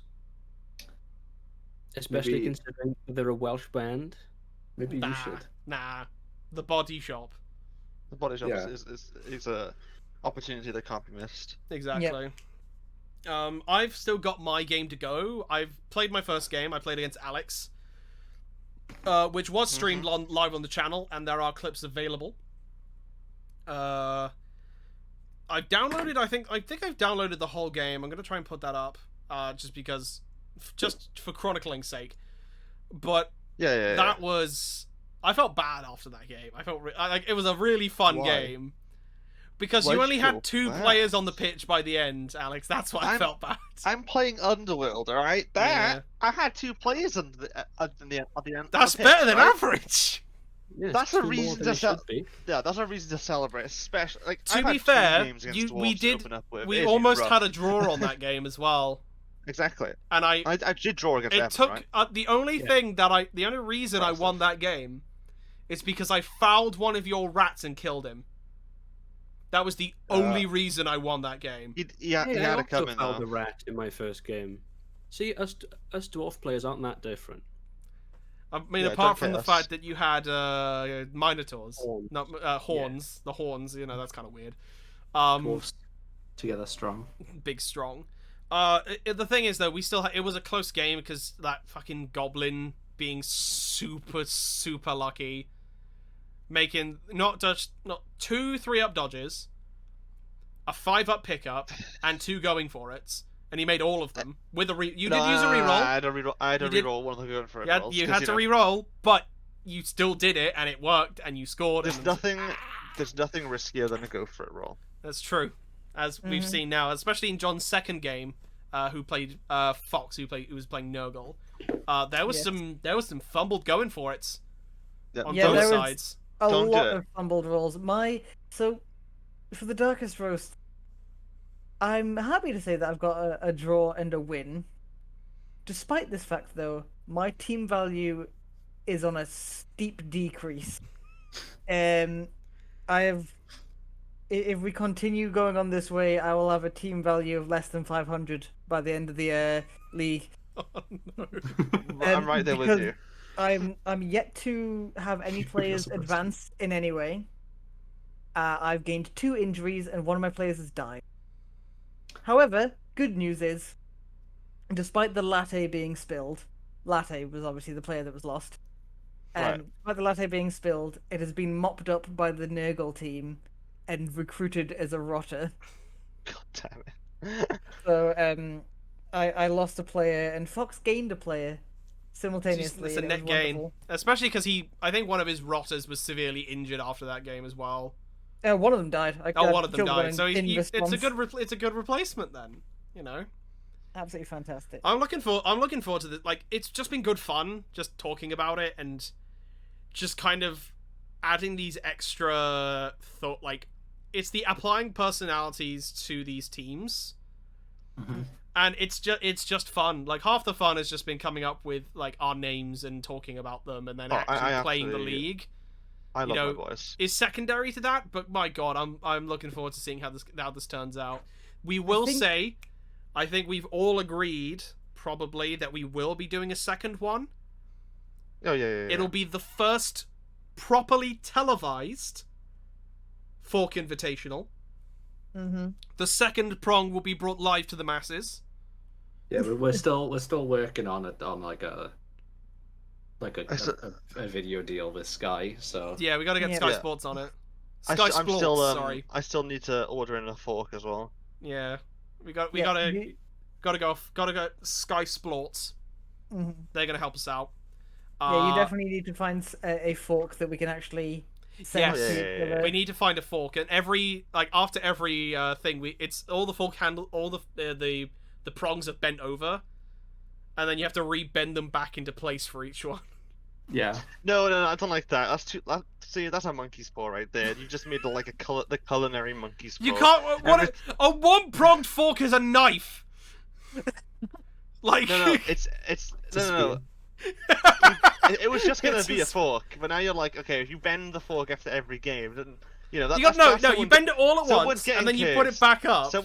Someone's Yeah, getting no. cursed. It's the after every game, though. the undoing of the monkey paw. Oh, we're undoing That's the do not curse. undo a monkey paw. Christ, do you want to Yes, bring curses upon your household? yes, I do. Yeah, I'm sorry, just really quickly looking up ceremonial forks. have to be like a barbecue fork, like a big barbecue prong. I'm just imagining like, oh yeah, can I have some ice cream? Yeah, but only one scoop, but like the same bit of fork. Hang on. A I'm gonna comically order one large now. fork. We I've need a got Amazon, comically I'll order one large now. fork. Look, don't suggest things when I'm I will already say, trying to do that. open call to people who are listening. If anyone can 3D model, I will 3D print a fork trophy. If we can find the model for it. If we can find a model for it, I will print it out. I'll put it on a plinth, so it's got a little stand for it with a nameplate. We'll get one of those and we'll get it engraved, and we will actually use that the Fork Invitational. No, that's how deep we're going with this, guys. Love it. Yeah, but I found this. Hang on, this is 11 quid. Are you throwing this in general, are you? Is it just a big Yeah. fork? It's not a fork, but like it's still quite good though. The Special Chef's Award. I'm just going to pull this on. There it is. Not even that. It's just a special award. Just A a special award. award. That's us. That's us to a T. I found. 1 second. Does that mean, image. like, the last part of the Fork Invitational would be the serving? And that What? would be, like, the final playoff? The final end. There's gonna be a bunch of you gotta get the whole kitchen set. Oh, I see. We've got to go Yeah. through the fork, the spoon, the knife, the spork. Because the spork is in there. The starter fork. The starter fork. Look at all the different forks you can buy. It's like, right, this is all the toilets we need to go through first. Fucking hell. I love this lore we're building for this. To be honest, Fucking I'm very Blood Bowl excited tournament. for the carving knife. Oh, that's going to be What if- spicy. What if I ended up just making a really, really small fork because it's for halflings? I mean, Yeah, either just- way, it just Like needs to it be get- spray painted It'd get gold. lost. Yeah, we'd get lost to it. Yeah, we need a large enough fork that we can put it on a plinth, spray paint it You all with can Retributor get armor. You can get a gilded dinner fork for £288. Ooh. We'll make that a donation More price goal. to pay for All right. a dinner fork. Donation goal for the stream. 220 what pound? £288. 218 or 80. 8. £288. Right, donation goal for the stream. £288. We'll buy a large fork, gilded fork. Alternatively, we How raised big the is this stakes by fork? Splitting it between the price between us all. How then big it's is a the bit of a fork? gamble as well. I think it's just standard fork size. No, we need a comically large fork. We'll figure this fine. out. This is things that will happen. Yeah. But this is you can see how into this Blood Bowl league we are. You know, Oh, we're just we do need a it's troll. just fun. I'm really look having like a a great half- time. You need to look like a halfling next to this fork. Yeah, we need to be the halflings presenting the fork to ourselves. Implying that they're like ant-sized in this scenario. The very tiny halfling boys. So, Yeah, but we've been doing that. Oh, John, what do you want to talk about?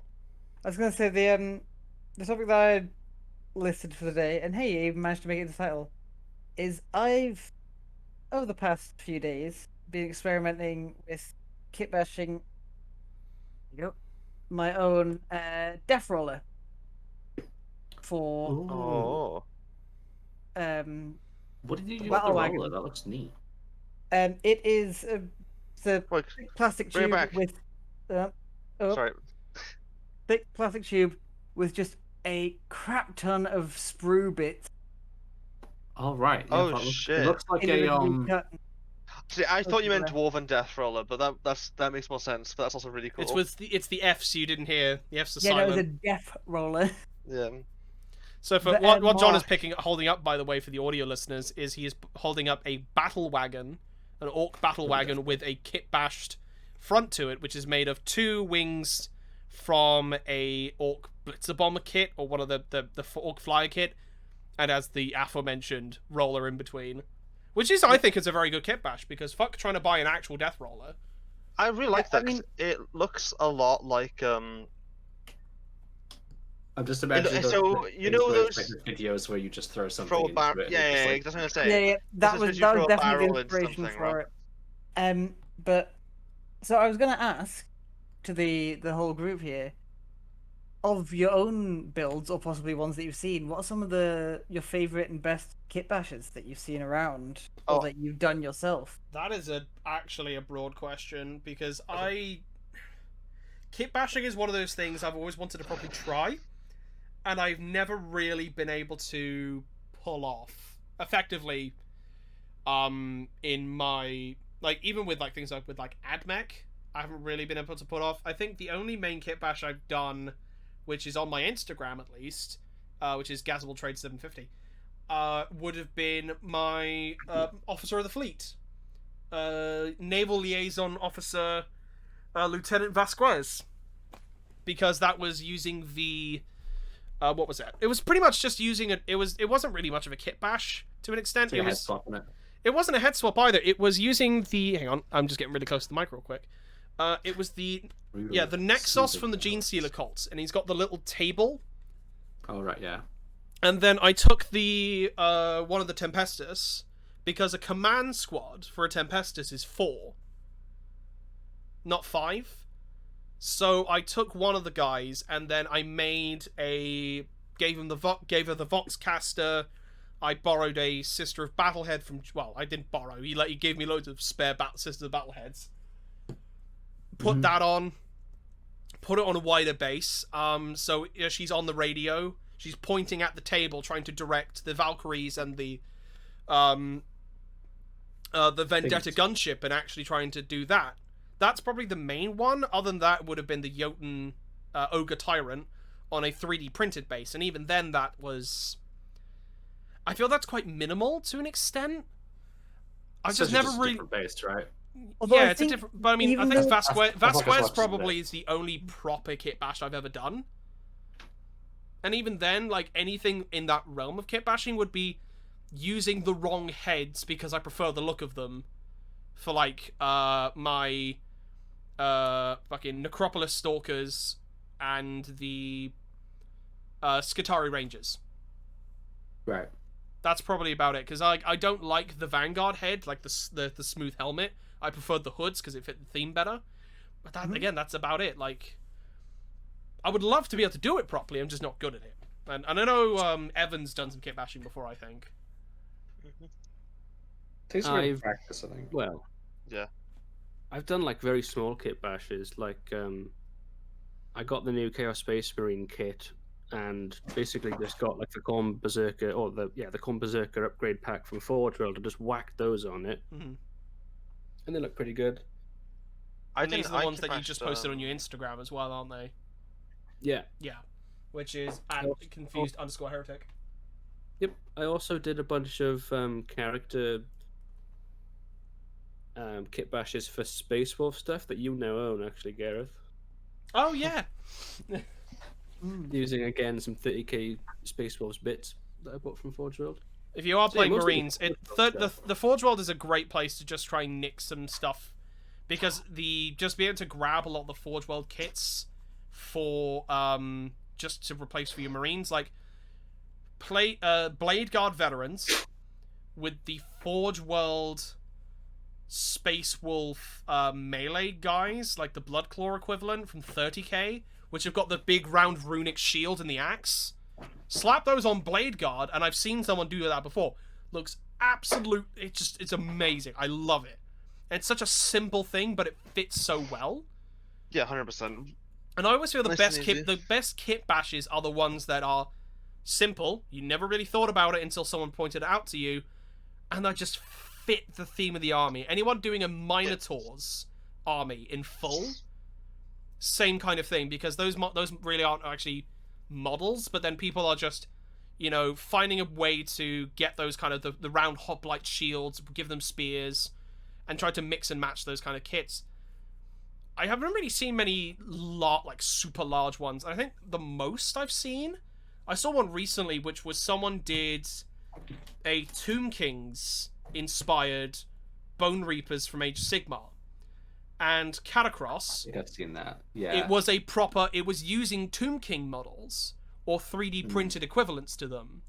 Same base size, so it was legal, but it was still the big guy in the middle, the proper pharaoh, his underlings all around him trying to like... I saw that, and I saw that the gash was like a tornado with like a thing on top of it, and I was just like, I couldn't figure out what it was. I was like, that's a really weird tall model, and I just went, oh, it's Nagash. I went, yeah, because that's the thing. It's like, oh, you don't fucking big brain as soon as you see it, Kitbashing is fun. My like ones that I've done, I did the Nightbringer, which was now that I tried to go find it, but I didn't. It's kind of messy, but it was the tail of a wraith with Oh, it's that one. Yeah. a Tyranid warrior body, and it had the orb and the scythe from the overlord that's from the Catacomb Grand Barge. So it had like an arm like this and an arm like with the orb. Then it had 2 arms that were holding a scythe. So it had 4 arms and 2 scythes, and then I put I think 5 or 6 heads on the top of it, Mm-hmm. and then I put all the Canoptech wraith arms coming down and around the sides of it. So it was just like half flesh carapace and half mechanical. But because it's like just the Tyranid body with the ribs, it looks kind of Necron-y anyway, because it's got the big like sternum. Yeah. And then the other one I have is this, and I technically haven't finished this model, but like that's all the Kitbash is. You're gonna have to kind of add a little bit extra to this, obviously, for the audio, So, for the audio viewers as well. So what audio it is, listeners, audio viewers. It's listeners. Yeah, I know, but I said viewers first, and I'm stupid. It's a Nighthaunt Black Coach Cairn Wraith that I've taken and put on a Doomsday Arc, an Necron Doomsday Arc, instead of the driver. So he's got like it's like a crypt deck kind of command, like running over so it. Instead of a just the Necron pressing the buttons with the fancy hat. Yeah. It's like a Cryptek wearing like a big red cloak. I gave him a Deathmark face so he'd have the single eye, and I put the Triarch Praetorian like cage on his back so it would look a bit more like a Necron. Yeah. And he's holding a Staff of Light, but the end of it has fallen off. So no. it did look a bit like he's an oarsman on like a big boat. But it kind of fell off. So now he's just sort of he just kind of has a stick. Yeah, he's just sort of holding a stick. Yeah. I will say the kitbashing is also one of the best excuses I've seen for people to allow themselves to actually not necessarily self-insert, but just have a character that they've created and built up over time and put them in the universe. Yeah, definitely. And the first one I ever had with that would be my Deathwatch Watchmaster being Tormund Giantsbane, because I really like Tormund from Game of Thrones, and it's because I watched Ash Barker, who does a lot from Guerrilla Miniature Games, who does a lot of wargaming content on YouTube. He has a Deathwatch. He was the person who kind of inspired me to get into the Deathwatch, because he was pretty much the only person playing them that I could see. And his Watchmaster is Watchmaster Mormont, because, you know, same kind of Game of Thrones thing. And then when I started getting into it and I had Watchmaster, I'm like, you know what, I don't want him to be like Jon Snow. Like, who else would be there? Oh, Tormund technically joins the Night's Watch. Right. I'm painting his beard ginger.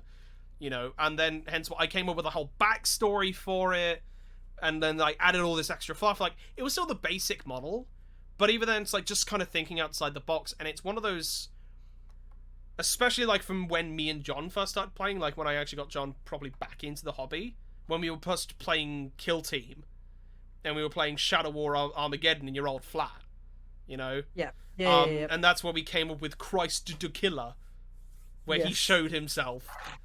Yep. I do love Christ the Killer. And then also, like, the rest of your orcs, just, you know, where we have Harold from Accounts, and War Boss Argos. And I wanted to do this, and I wanted to figure out if there was a way to 3D print a washing machine, so I could put it around the chest of your War Boss, for his side orc body is a washing machine. Because it makes sense, because that's just, they are the laundry boys. They need to bring the washing machine with them. Add a fantastic element to kitbashing in the fact that it opens up so many opportunities. I know that some of the best, because I'm looking it up, because I was thinking about what I was going to ask earlier today. So I was looking up some kitbashers. By far, some of the best ones that I saw kind of had the same theme, and it was mostly Tau and Night Kitbashers, in which they opened up the map. Oh, yeah, they're really fun. yeah. Which the resulting stuff that have come out there, like the night ones are outstanding. Some of the tower ones are really cool. Of them, getting out of these almost Iron Man-esque suits, so they've pulled apart all the panels. And I realize now, sort of thinking about it, with things like that, and why I assume that you guys who really, really care about the sort of resulting model that you get out of these, one of the reasons that kitbashing is something that's, I guess, difficult to start is because in the nature of things, I mean, it's in the title of it, you have to bash apart your kits. You have to get these wonderful, nice models that you have and break them. Yeah. I started doing it out of necessity when I did my first two, because, so I had a kit bash. So I was playing Skaven, and I needed Scryer Acolytes. So if you're wondering how much that would cost, so I wanted 40 on GW's site. It'd be £400 because it's £10 per model. It's a metal model. You get one at a time, and they are monopose, but you get a random one of 3. They're also not that much points. So I'm pretty sure you're paying more money than you are points for them. It's stupid. So I thought, you know what, I'm not gonna fucking do that, am I? I'm gonna kit bash. So I ended up making so I made these boys, which are basically plague monks. So they're plague monks with Skitari backpacks on, heads, and guns. Yeah, the attached. Radmium carbines. Because they cut the barrels off, so they look more like kind of spray gas type guns. Yeah, to fit the acolytes more. Because the Radmium carbine's got that kind of bulbous bit in the middle where the little generator is. And there's all these canisters in it as well. And the thing is with these as well, it's that their arms were it's like the same fabric anyway as the plague monks have, so it just worked, right? And then I was like, okay, cool. How can I get? And then I was just basically going silly with kit bashes. It's like, oh well, how can I get more bases with guns on them from this box? So I ended up getting the tiny rats and then the tiny Skaven with a gun, and made what was basically a tiny Warplock Jezzail team with a rifle across the backs of them. Oh, just off the 2 I rats. love that's so nice. It's just really funny. Which looks stupid. But it's it fits the theme super well, especially for Scryer. Yeah, but I was thinking, how do I make that make sense? And then I remembered that there's also Skitari guys with controllers. Yeah. So I was like, of course, this man's controlling the rats, right? He's firing the guns for them. Hey, that was that one thing. And then when I finished my Skaven army, I think I was going to fire something with George, and I was just like, man, I still haven't got a greater demon. I should get a Vermin Lord, right? And then that's when I was like, I kit bashed him to have the big warp lightning cannon on his arm, there. Yeah, which we showed off on a previous. Yeah, which I showed last week. I think it was last week. Yeah. But it's really interesting. Again, it's a Vermin Lord Corruptor, but he's got the, what is it from? The gun. So he's a Vermin Lord. Not Corruptor. Warpseer. That's the one. He's using the right arm from the Corruptor. Yeah. With the blade cut short, so I could glue on the warp lightning cannon. Yeah, a proper warp lightning, which is the nice thing is that there are some armies which are really allowed for that creative license. Skaven, orcs, pretty much both kinds of orcs being in a lot of things. Good for that, Sigmar's good for that, especially with doing the ogres. There are ways that I can see, I could add some extra flair to this. I can add some extra bits to this. They also and I think made a very the Draft Handbook is an extremely fleshed out system for making your characters now. And the nice thing is, I guess, with Crusade as well, is that kind of system coming over to 40k. It's difficult to a point, and I think we can all agree, with some armies that you really just can't make a special character. To an extent, you can't make a character that's yours. Marines, you kind of can. It entirely with Marines it's easy enough, but in reality it's most likely going to be from as many kits that you can kind of pull together, which are also Marine stuff, and that's kind of your limit, Orcs, you can absolutely do whatever the fuck you want. The amount of people, because they brought up a point of how many battle wagons go, well, I don't really want to buy the battle wagon, so I'm gonna buy a fucking Stormlord or a Baneblade and orcify the fuck out of it. It's right, there's my battle wagon. And people are going that makes sense, it's an orc, One of my favourite kit bashes from an orc model I've seen is for the mega cannon on a battle wagon for the big boomer, Yeah. they've taken. I can't remember the name of the. They've taken an M9 Beretta and duct taped it to the top of it. No, it's it's a Necron gun. It's the super long. This? I think it is the one, yeah, from Doomsday Arc. They've taken the gun out of it, and they've got it in a different vehicle. I think it's the Sisters of Battle big organ tank. Right. Let's just stick it out of it. They've got that thing, and they've almost built like a hammock for it. So it's swinging in the middle. Oh, I love it. Looks like this huge battering ram. It's amazing. It's such a beautiful model. But yeah, it's and it's allowed. It brings up a point, and I think it's one of those extra things of it's the examples of how far people want to go specifically with their hobby and how involved they are. Like I, for example, I'm not a great storyteller, but I like thinking of these extra characters and making sure that whatever army that I go with, that there is a theme. It's not just, I'm playing Ultramarines. I would never play a generic faction. I would always most likely want to go deviate somehow. My AdMech are based off of Stalker Shadow of Chernobyl. I have Ice Giant Ogres. The only one that's kind of linked to it is Fire Slayers, because Fire Slayers are all skin. And even then, I've come up with their own fucking backstory, and how all my dwarf armies are going to link together, and my obviously making your own Marine chapter was a lot of things. It's pretty much most people, if they're getting into the hobby, their first kind of, I'm doing something of my own. I am making my own chapter. Right.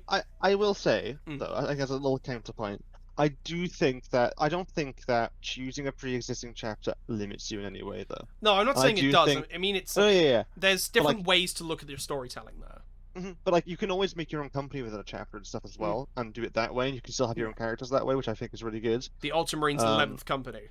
And like the Ultramarines at the end of the day have, I mean, like most of the fucking success chapters, even if you do make your own, just it's anyway, right? But like, there's loads of options, endless. Like it's like why I ended up picking Iron Snakes, because I was just like, why would I make my own when these guys are perfect, you know? Yeah, there's so many options already. It's surprising how much. Yeah, it's just they've done a good job with Marines when it comes to lore stuff, honestly. Yeah, I do like the idea of, for example, Crimson Fists, right? In Crimson Fists, there are a couple of characters that either do not have rules or do not might not even exist anymore. But if they do exist, I think it's oh shit, what's his name? Pedro? I've lost it. Not Pedro. There's Pedro, and then there's like the guy underneath Pedro. He's like the first lieutenant or something. I don't know. Yeah. But he used to have rules. He used to have data sheet and stuff. I think in 7th. But yeah, with like stuff like Kitbashing, you could be like, oh no, he was said to have this gun and that, and you can kind of do it. And yeah, it's just a lieutenant on data sheet wise, but you've made him look like this other dude. So you've given it so much life, and I think that's. I mean, I know, I agree. It's probably a bit of an unfair thing to say, like, you know, you picking a generic chapter. But again, it entirely depends on that kind of level of storytelling and where people really like that lore. For example, I liked the Salamanders, but I wanted my own chapter because I wanted a bit more freedom from that, and I didn't really want to paint green. Because I already had green. I already had a green army. I didn't want another green army, so I painted them white instead, like an idiot. And I'm not regretting it. To be honest. I'm not regretting it because I really like the color scheme, but it's also an absolute pain in the dick hole. But white is satisfying once you start getting the hang of it. But oh boy, it is a pain. But I think it's one of those things that I'm glad now GW are encouraging. There is a limit. They did say that there is a limit to customized models. It's one of those things of base size usually matters, and also making sure it's still GW kits. If it's all GW kits, everything's fine. Everything is perfect. Don't worry about it. But for example, you turn up to a tournament. You're playing Minotaurs. You've got very fancy looking shields with the Minotaur face on them. Those probably didn't come from GW. You cannot take part in this tournament now, and which. I think that's only with GW specifically sanctioned Yeah, I was tournaments. gonna say, if it's an official GW tournament at like Warhammer Worlds or But something, again, we usually don't- people will be like, it's fine, dude. Yeah, but we also don't know how the tournament structure is because we haven't been able to really run there's been really any proper tournament since 9th came out, and the ITC doesn't exist anymore. Only for GW tournament, all of the meaningful ones will be fine. Thank you for the clarification. Yeah. But yeah, it's because I remember having a conversation with Mikey from Hellstone Wargaming, who also he's a tournament organizer, does a lot of the stuff in the north of England, and we were having a discussion about it because I think it was on a stream as well. And it was a point that there are some absolutely gorgeous conversions, third-party bits that have been added onto Marines, this, that, and the other, but then being told, like, you're still, the core of it, I thought if at least, 50% to 75% a GW model, I think it should be fine, but that's my only personal opinion. It's the thing of, if it is a GW sanctioned thing, and depending on how the tournament structure is, it's not something you could take to the LVO, because the ITC is now technically going away to a weird extent. They will still kind of fall in line with a GW ruling, so we may even see less custom armies in tournament play at the very least. I don't know if that's probably going to be the case. I think I could entirely be talking out my ass. But the main kind of point, just to kind of round back to it, because I think I've gone on a weird tangent, is that GW, to an extent, are allowing people to really go ham with their customizations, because, especially since through the pandemic, a lot of people have had time to be able to work on these projects, and you see them on every big hobby stream they do, of them just showing people from the community's work, and seeing them on Twitter. People have done absolutely gorgeous third-party conversion, or just maybe even with third-party bits or not, making bits themselves out of green stuff, conversions, kit bashing. It's good they are showing it off. It is a good skill for them to show. Sisnick in the chat adds, this was the thing, if you were going to the LVO, if you made the top 8, you'd have to use the same standards that you would use if you had a GW event, because GW were running the stream bases they were more lenient on. And I know for a fact my officer of the fleet is definitely not legal, because the original officer of the fleet is a 25mm base, and the one I've put it on is a 32. Yeah, I was about to say, I assume it's a K. Isn't it on like a 40? Bases make sense, I think, though, right? Because thing is, I'm putting myself at a disadvantage with it. Yeah. Well. Yeah. Like this is it depends on the character. That'd be fine because yeah, it's the right size. Yeah. It's because the wrong size. They have to put their foot down on the bases because people would exploit it. Yeah, agreed. Hands down. Obviously, they Hands down. But I guess because if it's a bigger base, you may be putting yourself at a disadvantage, but also if you were, for example, charging into something, it's the exact opposite. Yeah, exactly. So that's why it's good that they limited that at least. And also, that is also for tournament play. Like, the good thing is that it is a hobby in itself, and there are people, like, if someone turned up to me with a list and they had the base is slightly bigger, but it's a really awesome conversion, they spend a lot of time with it, I'm not going to say they can't take it. I'm not going to be that guy.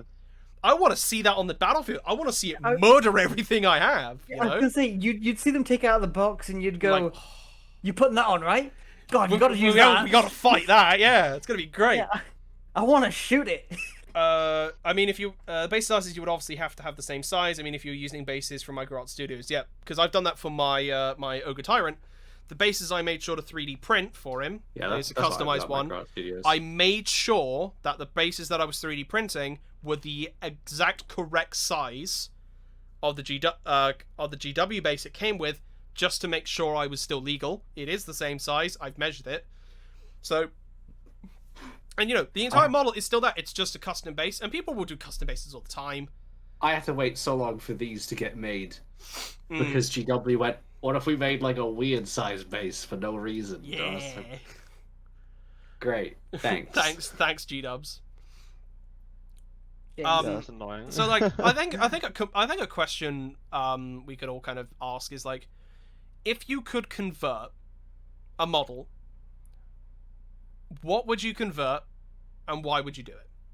So would you convert to a specific character? Like you've read one of the books and you'd want a character like, oh, I want that character. I want a model of that character. I don't believe it exists currently. This kind of thing. Or how would you want an existing model that you own to be expanded? Like, for example, as I mentioned with Warboss Argos, I'd want him to have a big washing machine in the middle of him. Just like that, he's just in, his arms are like this, he's got a head sticking out the front, and he's just got the big washing machine, and it's got some clothes in there, and the washing machine works. It's a working washing machine, but he's in it.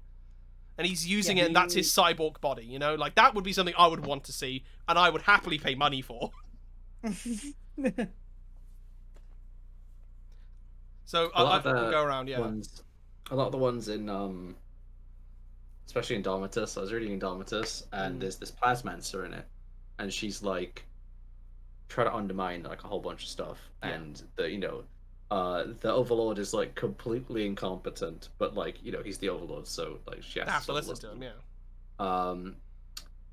But, problem with that is she's just the Plasmancer in the box.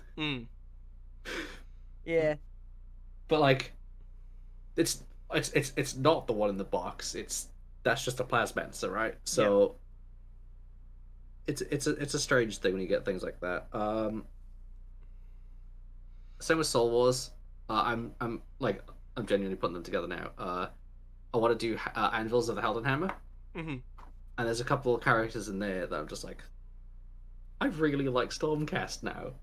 They're really cool. They're so much more human than Marines. Yeah. And the thing is, it takes a book for you to get to that point. Sastic also kind of jumps in. He's a Dalek Teletubby hybrid. Yes, for Warboss Argos. Yeah.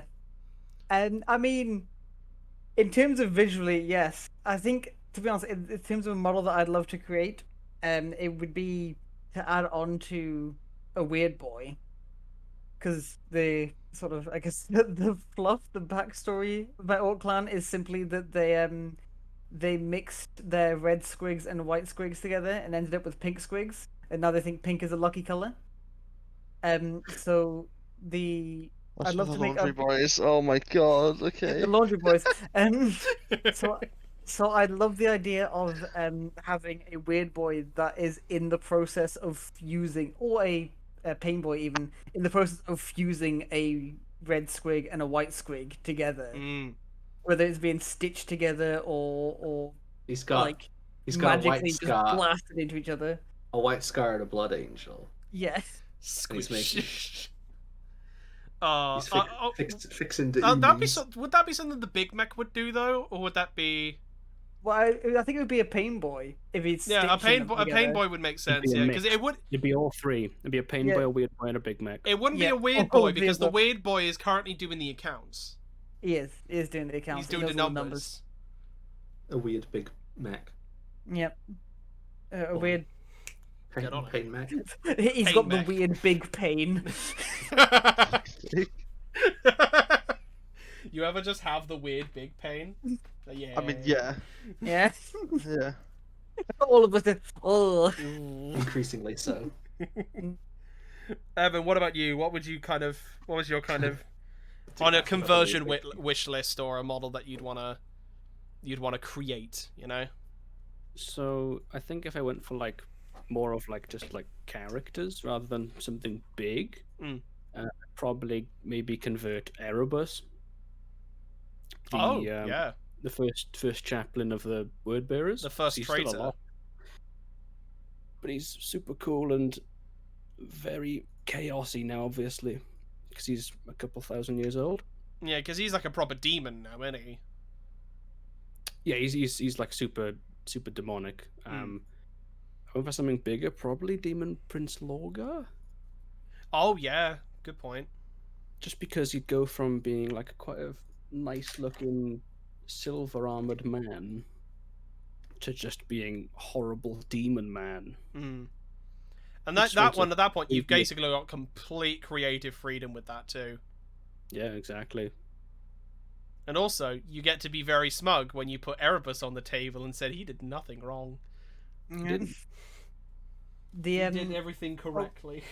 One that I saw a couple of images of that were kind of getting the idea, but I definitely would love to see expanded somewhere, is people who've gotten Chaos Knights, and instead of the chaosiness just being, oh, they're spikier, they've added things like replacing the head with heads of like demon princes and giving them some more sort of fleshy demonic bits to them. So that the whole thing, instead of just getting, as I said, spikier with a couple of bits of graffiti on it, it actually becomes this. It's like a thousand suns, a thousand one suns in Chaos Knight, but it's got the Fate Weaver head, the chicken head, sticking out the front of it. Yeah, stuff like that. Yeah. I want to see that kind of thing. Oh, Thousand Suns ones is like a really interesting one, because people usually end up using things from Tomb Kings. And then going with, like, to go hard on the Egyptian theme, they bring their own sphinxes. Oh, it's super, probably not worth, but it looks so good. Just like, it was like, instead of a Hellbrute, or instead of like a, like any of their sort of main, not necessarily tanks, but like their main kind of like monsters and things, but making them like sphinxes, or the jackals with the two fucking Kopek blades. Sorry, I'm hiccuping. Yeah. Like, I love that shit. I love that aesthetic so much. I need more of it in my life.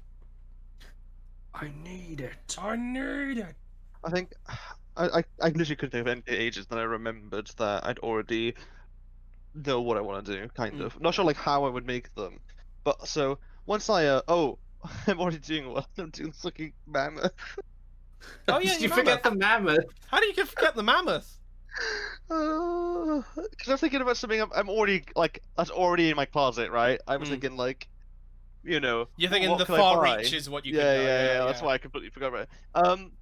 Well, after I do my entire Slave to Darkness army, which is already all 2,000 points, but they're all unbuilt. Oh god.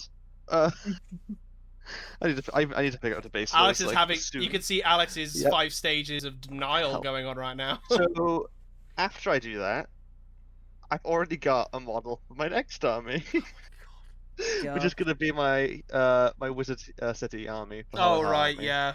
And I want to kit bash every single wizard I make for that army is gonna be heavily kit bashed. Cool. That's the plan, which is about 4 or 5 wizards. Nice. Because I want them to look nuts. I want them to like fucking. Absolutely they need to be fancy, mental. right? Yeah. So that I want to do that for them, and it's also like. It's just the thing when you do with cities. I feel like the cities kind of so much character to them that it's just that's where you go and go. I say I'm gonna kick bash all of my gunners, add more stuff to them, make them look fancy. Gonna kick bash this, kick bash that. Not like necessarily do like kick bash like a single big character, but just have like lots of small kit bashing across like an entire army is what I want to do. And something that's repeatable, yeah. That's what I was going to say with these Stormcast in Soul Wars. They're in a city called Glimsforge, and the guys the guard of that city are called the Glimsmen, and they have like mirrored shield and like salt and silver like guns. Oh. And they also all have cats, because the cats can see the ghosts that the humans can't see. Ah. So that's the thing. People so much shit about fucking the no one's like Empire and things like that. Doesn't matter, because you got cooler shit. Because those guys are cool as fuck, and you do also have pretty much Empire anyway. And they've all got like black. They all look like black. Age of Sigmar, you're bad. Yeah. It's like you got like an army of Bloodborne gunners. Like what? It's a lot of things that there's so much hidden in books and in.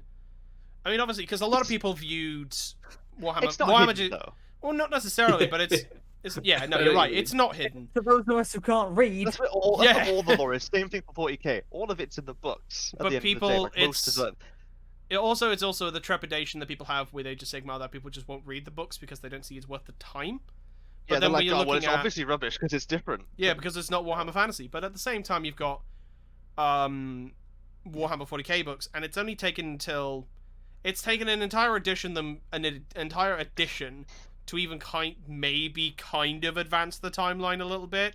Well, they've retconned backwards. They went backwards to then go forwards. You know, like. But I'm happy they did, right? Because them just going, the Indomitus Crusade is already done, and all of this stuff happened. That's Now let's true. go Yeah. back and now let's go. Now what we're gonna do is we're not gonna advance the plot. We're gonna pause the plot here and look backwards and go. Psychic Awakening happened. Remember that? I remember that. I mean, That like- was pretty sick, wasn't it? And then you read Psychic Awakening and you go, did this happen? I'm reading this book and nothing appears to be happening right now. It seems to be a lot of nothing, Mm. and it's just like blood angels and Tyranids. And you're like, that's pretty the standard That stuff. And sounds you're like, alright, okay, yeah. cool. So it's good that they probably kind of like went back, so now they can actually push it forward in a way rather than Mm. just stop. They need to stop looking backwards and push things forwards. Yeah. Like they literally jumped forward to look backwards more. It made no goddamn sense. It's a Especially question. Huh? Acadia. I actually have doing the Acadia stuff was really good. Oh. But like Sigma on the other hand, the Marathi book slapped. Marathi book was so interesting, and now we've got fucking full-on Slanesh army like Mm. upgrade coming. Mhm. Perfect. That's how you do it. That was really well done. I mean, because I think a lot of the crux of, in terms of in just kit bashing in general, is that it allows people to be really expressive with the part of the hobby or the part of the lore for their army that they enjoy the most. Making that super awesome Space Marine captain, making, you know, your own potential chapter, city, faction, sub-faction, etc. Making Or even a giant mammoth where you had to buy a special 3D printed base for or something, you know. oh yeah, It's- Oh exactly. my god. Yeah, and then also, That's you know, not a base, that's a dinner plate. that is a dinner It plate. is, yeah. But then You could it's fit an entire battalion of monsters on on that. that base, like Seraphon monsters. You could fit the whole thing. Love it. With room to spare. And I hope that it's a trend that carries on. And I think in reality, I hope I get better at it. That's one of those things I'd love to get better at, but also at the same time, I want to try and get to a point where the armies I'm painting are more the fun passion projects, and then if I wanted to have an army that I would probably need to finish, I would try and find a way to get that finished as quickly as possible, just so I can play with it. My Tempestus being a very specific version of that. I'd love to paint characters. I don't like painting troops. I think the other thing as well when it comes to kitbashers I always forget about, which is just like where I one of the reasons I want to get better at it, right, Mhm. is because we're on about doing it for 40k Sigma, where it's like a nice thing you can do, add character, whatever, right? Yeah. Cool. Bloodborne and Necromunda, that's not what it is. You have to kitbash. If you don't know how to kitbash in those games, you can't make models that look like what they carry unless you deliberately limit your options. Like you can straight up give someone what is pretty much a shuriken catapult, right, or a Kroot gun. The GW aren't going to give that to you. You have to sort that out yourself. There's models that don't even exist that you could start with. When we were hopeful and naive back in summer, like, oh, you know, You can maybe do we'll be able to play Necromunda. Yeah, that'd be great. Right? My enforcer's out of a grappler hook. There's no model. There's never even been a model of that. And it's almost barely any art. It's just like, cool, kitbash it. It's great. For example, like But the kitbash servitor is for the hard, so it's Orlocks worth as getting well. used to it. The servitor for the Orlocks that you can get. Yeah. And Well, someone used a Cataphren destroyer Exactly. and put the right guns on it, and like it counts. Yeah, it's a servitor. There's so much cool stuff you can do there. Speaking of those Orlocks, do you guys see the new Orlock models? Well, I saw the lady ones, and I really like them. So I was like, women. That's Yeah, what we that's what were I'm about today. Yeah. Oh, I see. I'm so sorry. I didn't hear that. Yeah. No, and also because the new Bloodborne star player is a banshee lady. Oh, yeah, Bloodborne, true. Yeah. Hit rolls Bloodborne. are great. And like, I looked in the core rulebook for the Blood Bowl and I was like, Jesus Christ, they've got a lot of rules. They got So some extra fun She stuff. just stops you playing the game, but can't play the game herself because she's got no hands. Yeah, exactly. It's Makes great. sense. Because She she's hates spooky. Blood Bowl.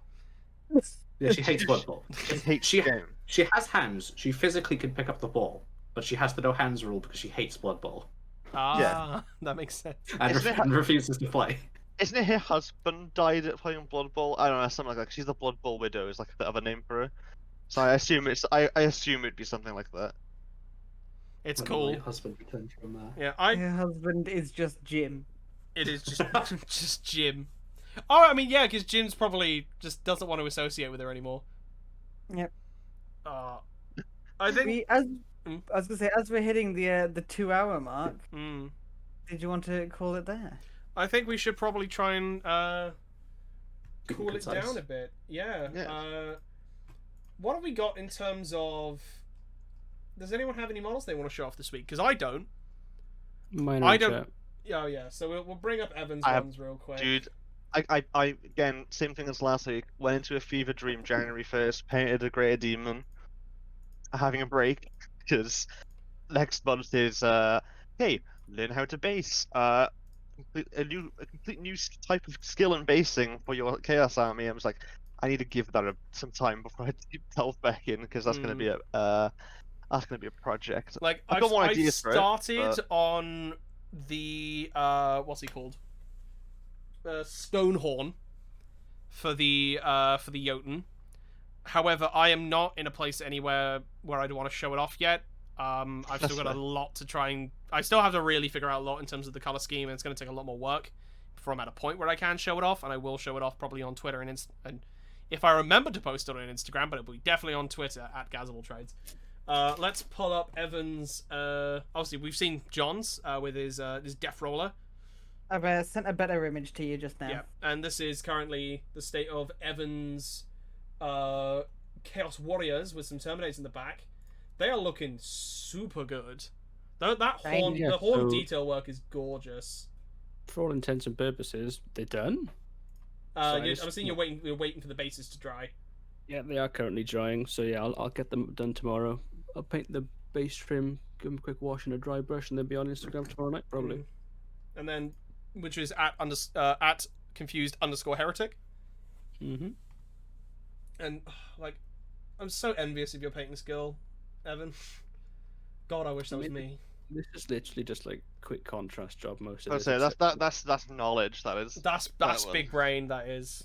Yeah. I think the only thing I painted quote unquote correctly is the cloth. I spent too long on the cloth Cloth and considering the it's a horns, quick job. probably. No, the horns contrast as well. Wait, really? Well, all just Yeah. Ah, fuck. Yeah, that's the one. That's a one-coat skeleton horde, I assume. This could be Yeah. you. This could be you.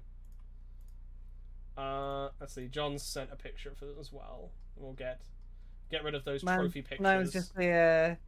Oh, you sent it. Of course, you sent it to me directly. You fuck. Open original. There we go.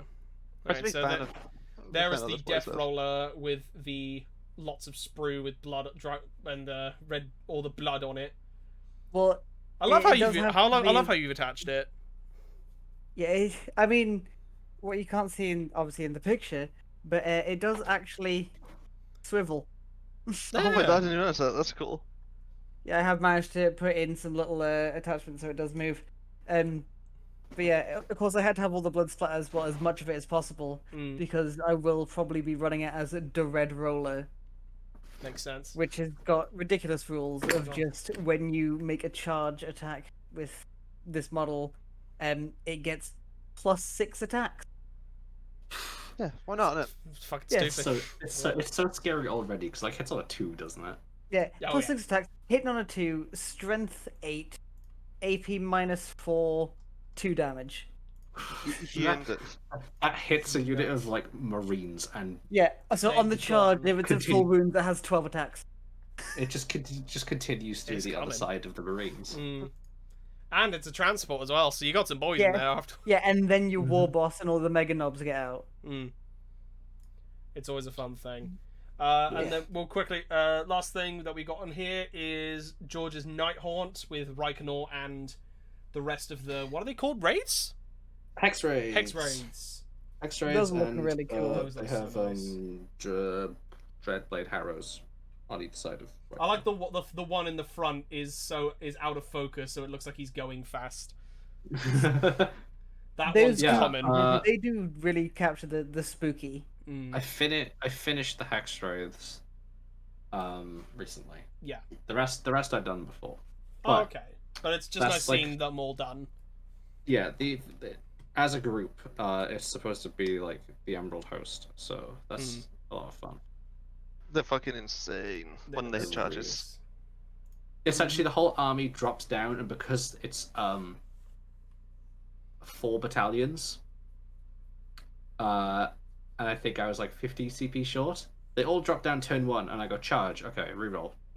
Okay, next one, charge, reroll, and the amount of 10 pluses you roll doing that is insane. Yeah, and if you roll 10 plus for night one, they just get to attack immediately, and then in the combat phase. They get to strike twice. Ooh, it's very scary. It's very, very nuts. But I think in reality, that's probably everything. What we will do, I think we need. This will be part of the discussions that we end up having. So we will be make sure to have a public hashtag for people who are taking part in this. Obviously, I have mine for my Saturday crafternoons, but for the podcast, we need one probably to go with it. So, if anyone watching wants to show off any of the work that you've been doing that week, even if it's just any hobby progress or anything you want to show off, so we can try and keep each other accountable and help each other out. Because I need motivation just to be able to get through half these projects. And we can have a big thumbs up thing. I did a thing this week, and that's all that matters. If you probably just use hashtag off the shelf hobby on Twitter and Instagram, we should be able to track you down. Hopefully. Just hashtag off the shelf would be It's just hashtag off the shelf, one word. Off the hudder. Yeah, why not? Hashtag off the shelf. Off one the word. shelf. Let's have a look what happens if I search that right now. How much stuff would there be? Yeah, that's a question we need to kind of do with market research, but I think in reality we're going to close it there. Unless anyone has any last minute things they want to add. Nope, I think we're fantastic. We're all good. We're all good. Yeah. Right, so thank you all very much for listening, watching, or spying on us from wherever you are in the world.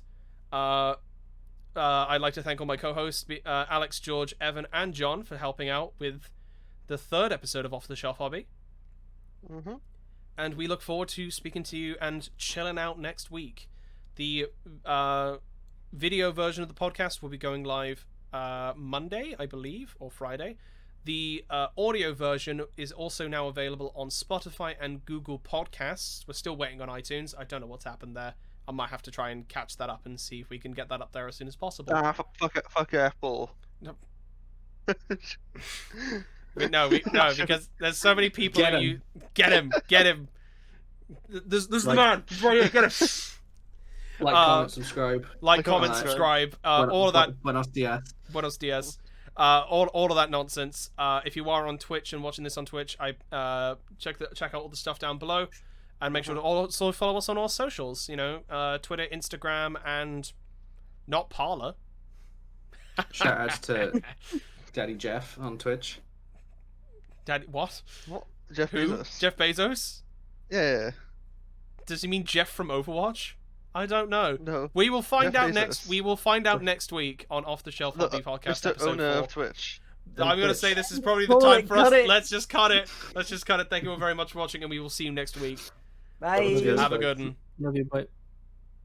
Chaos.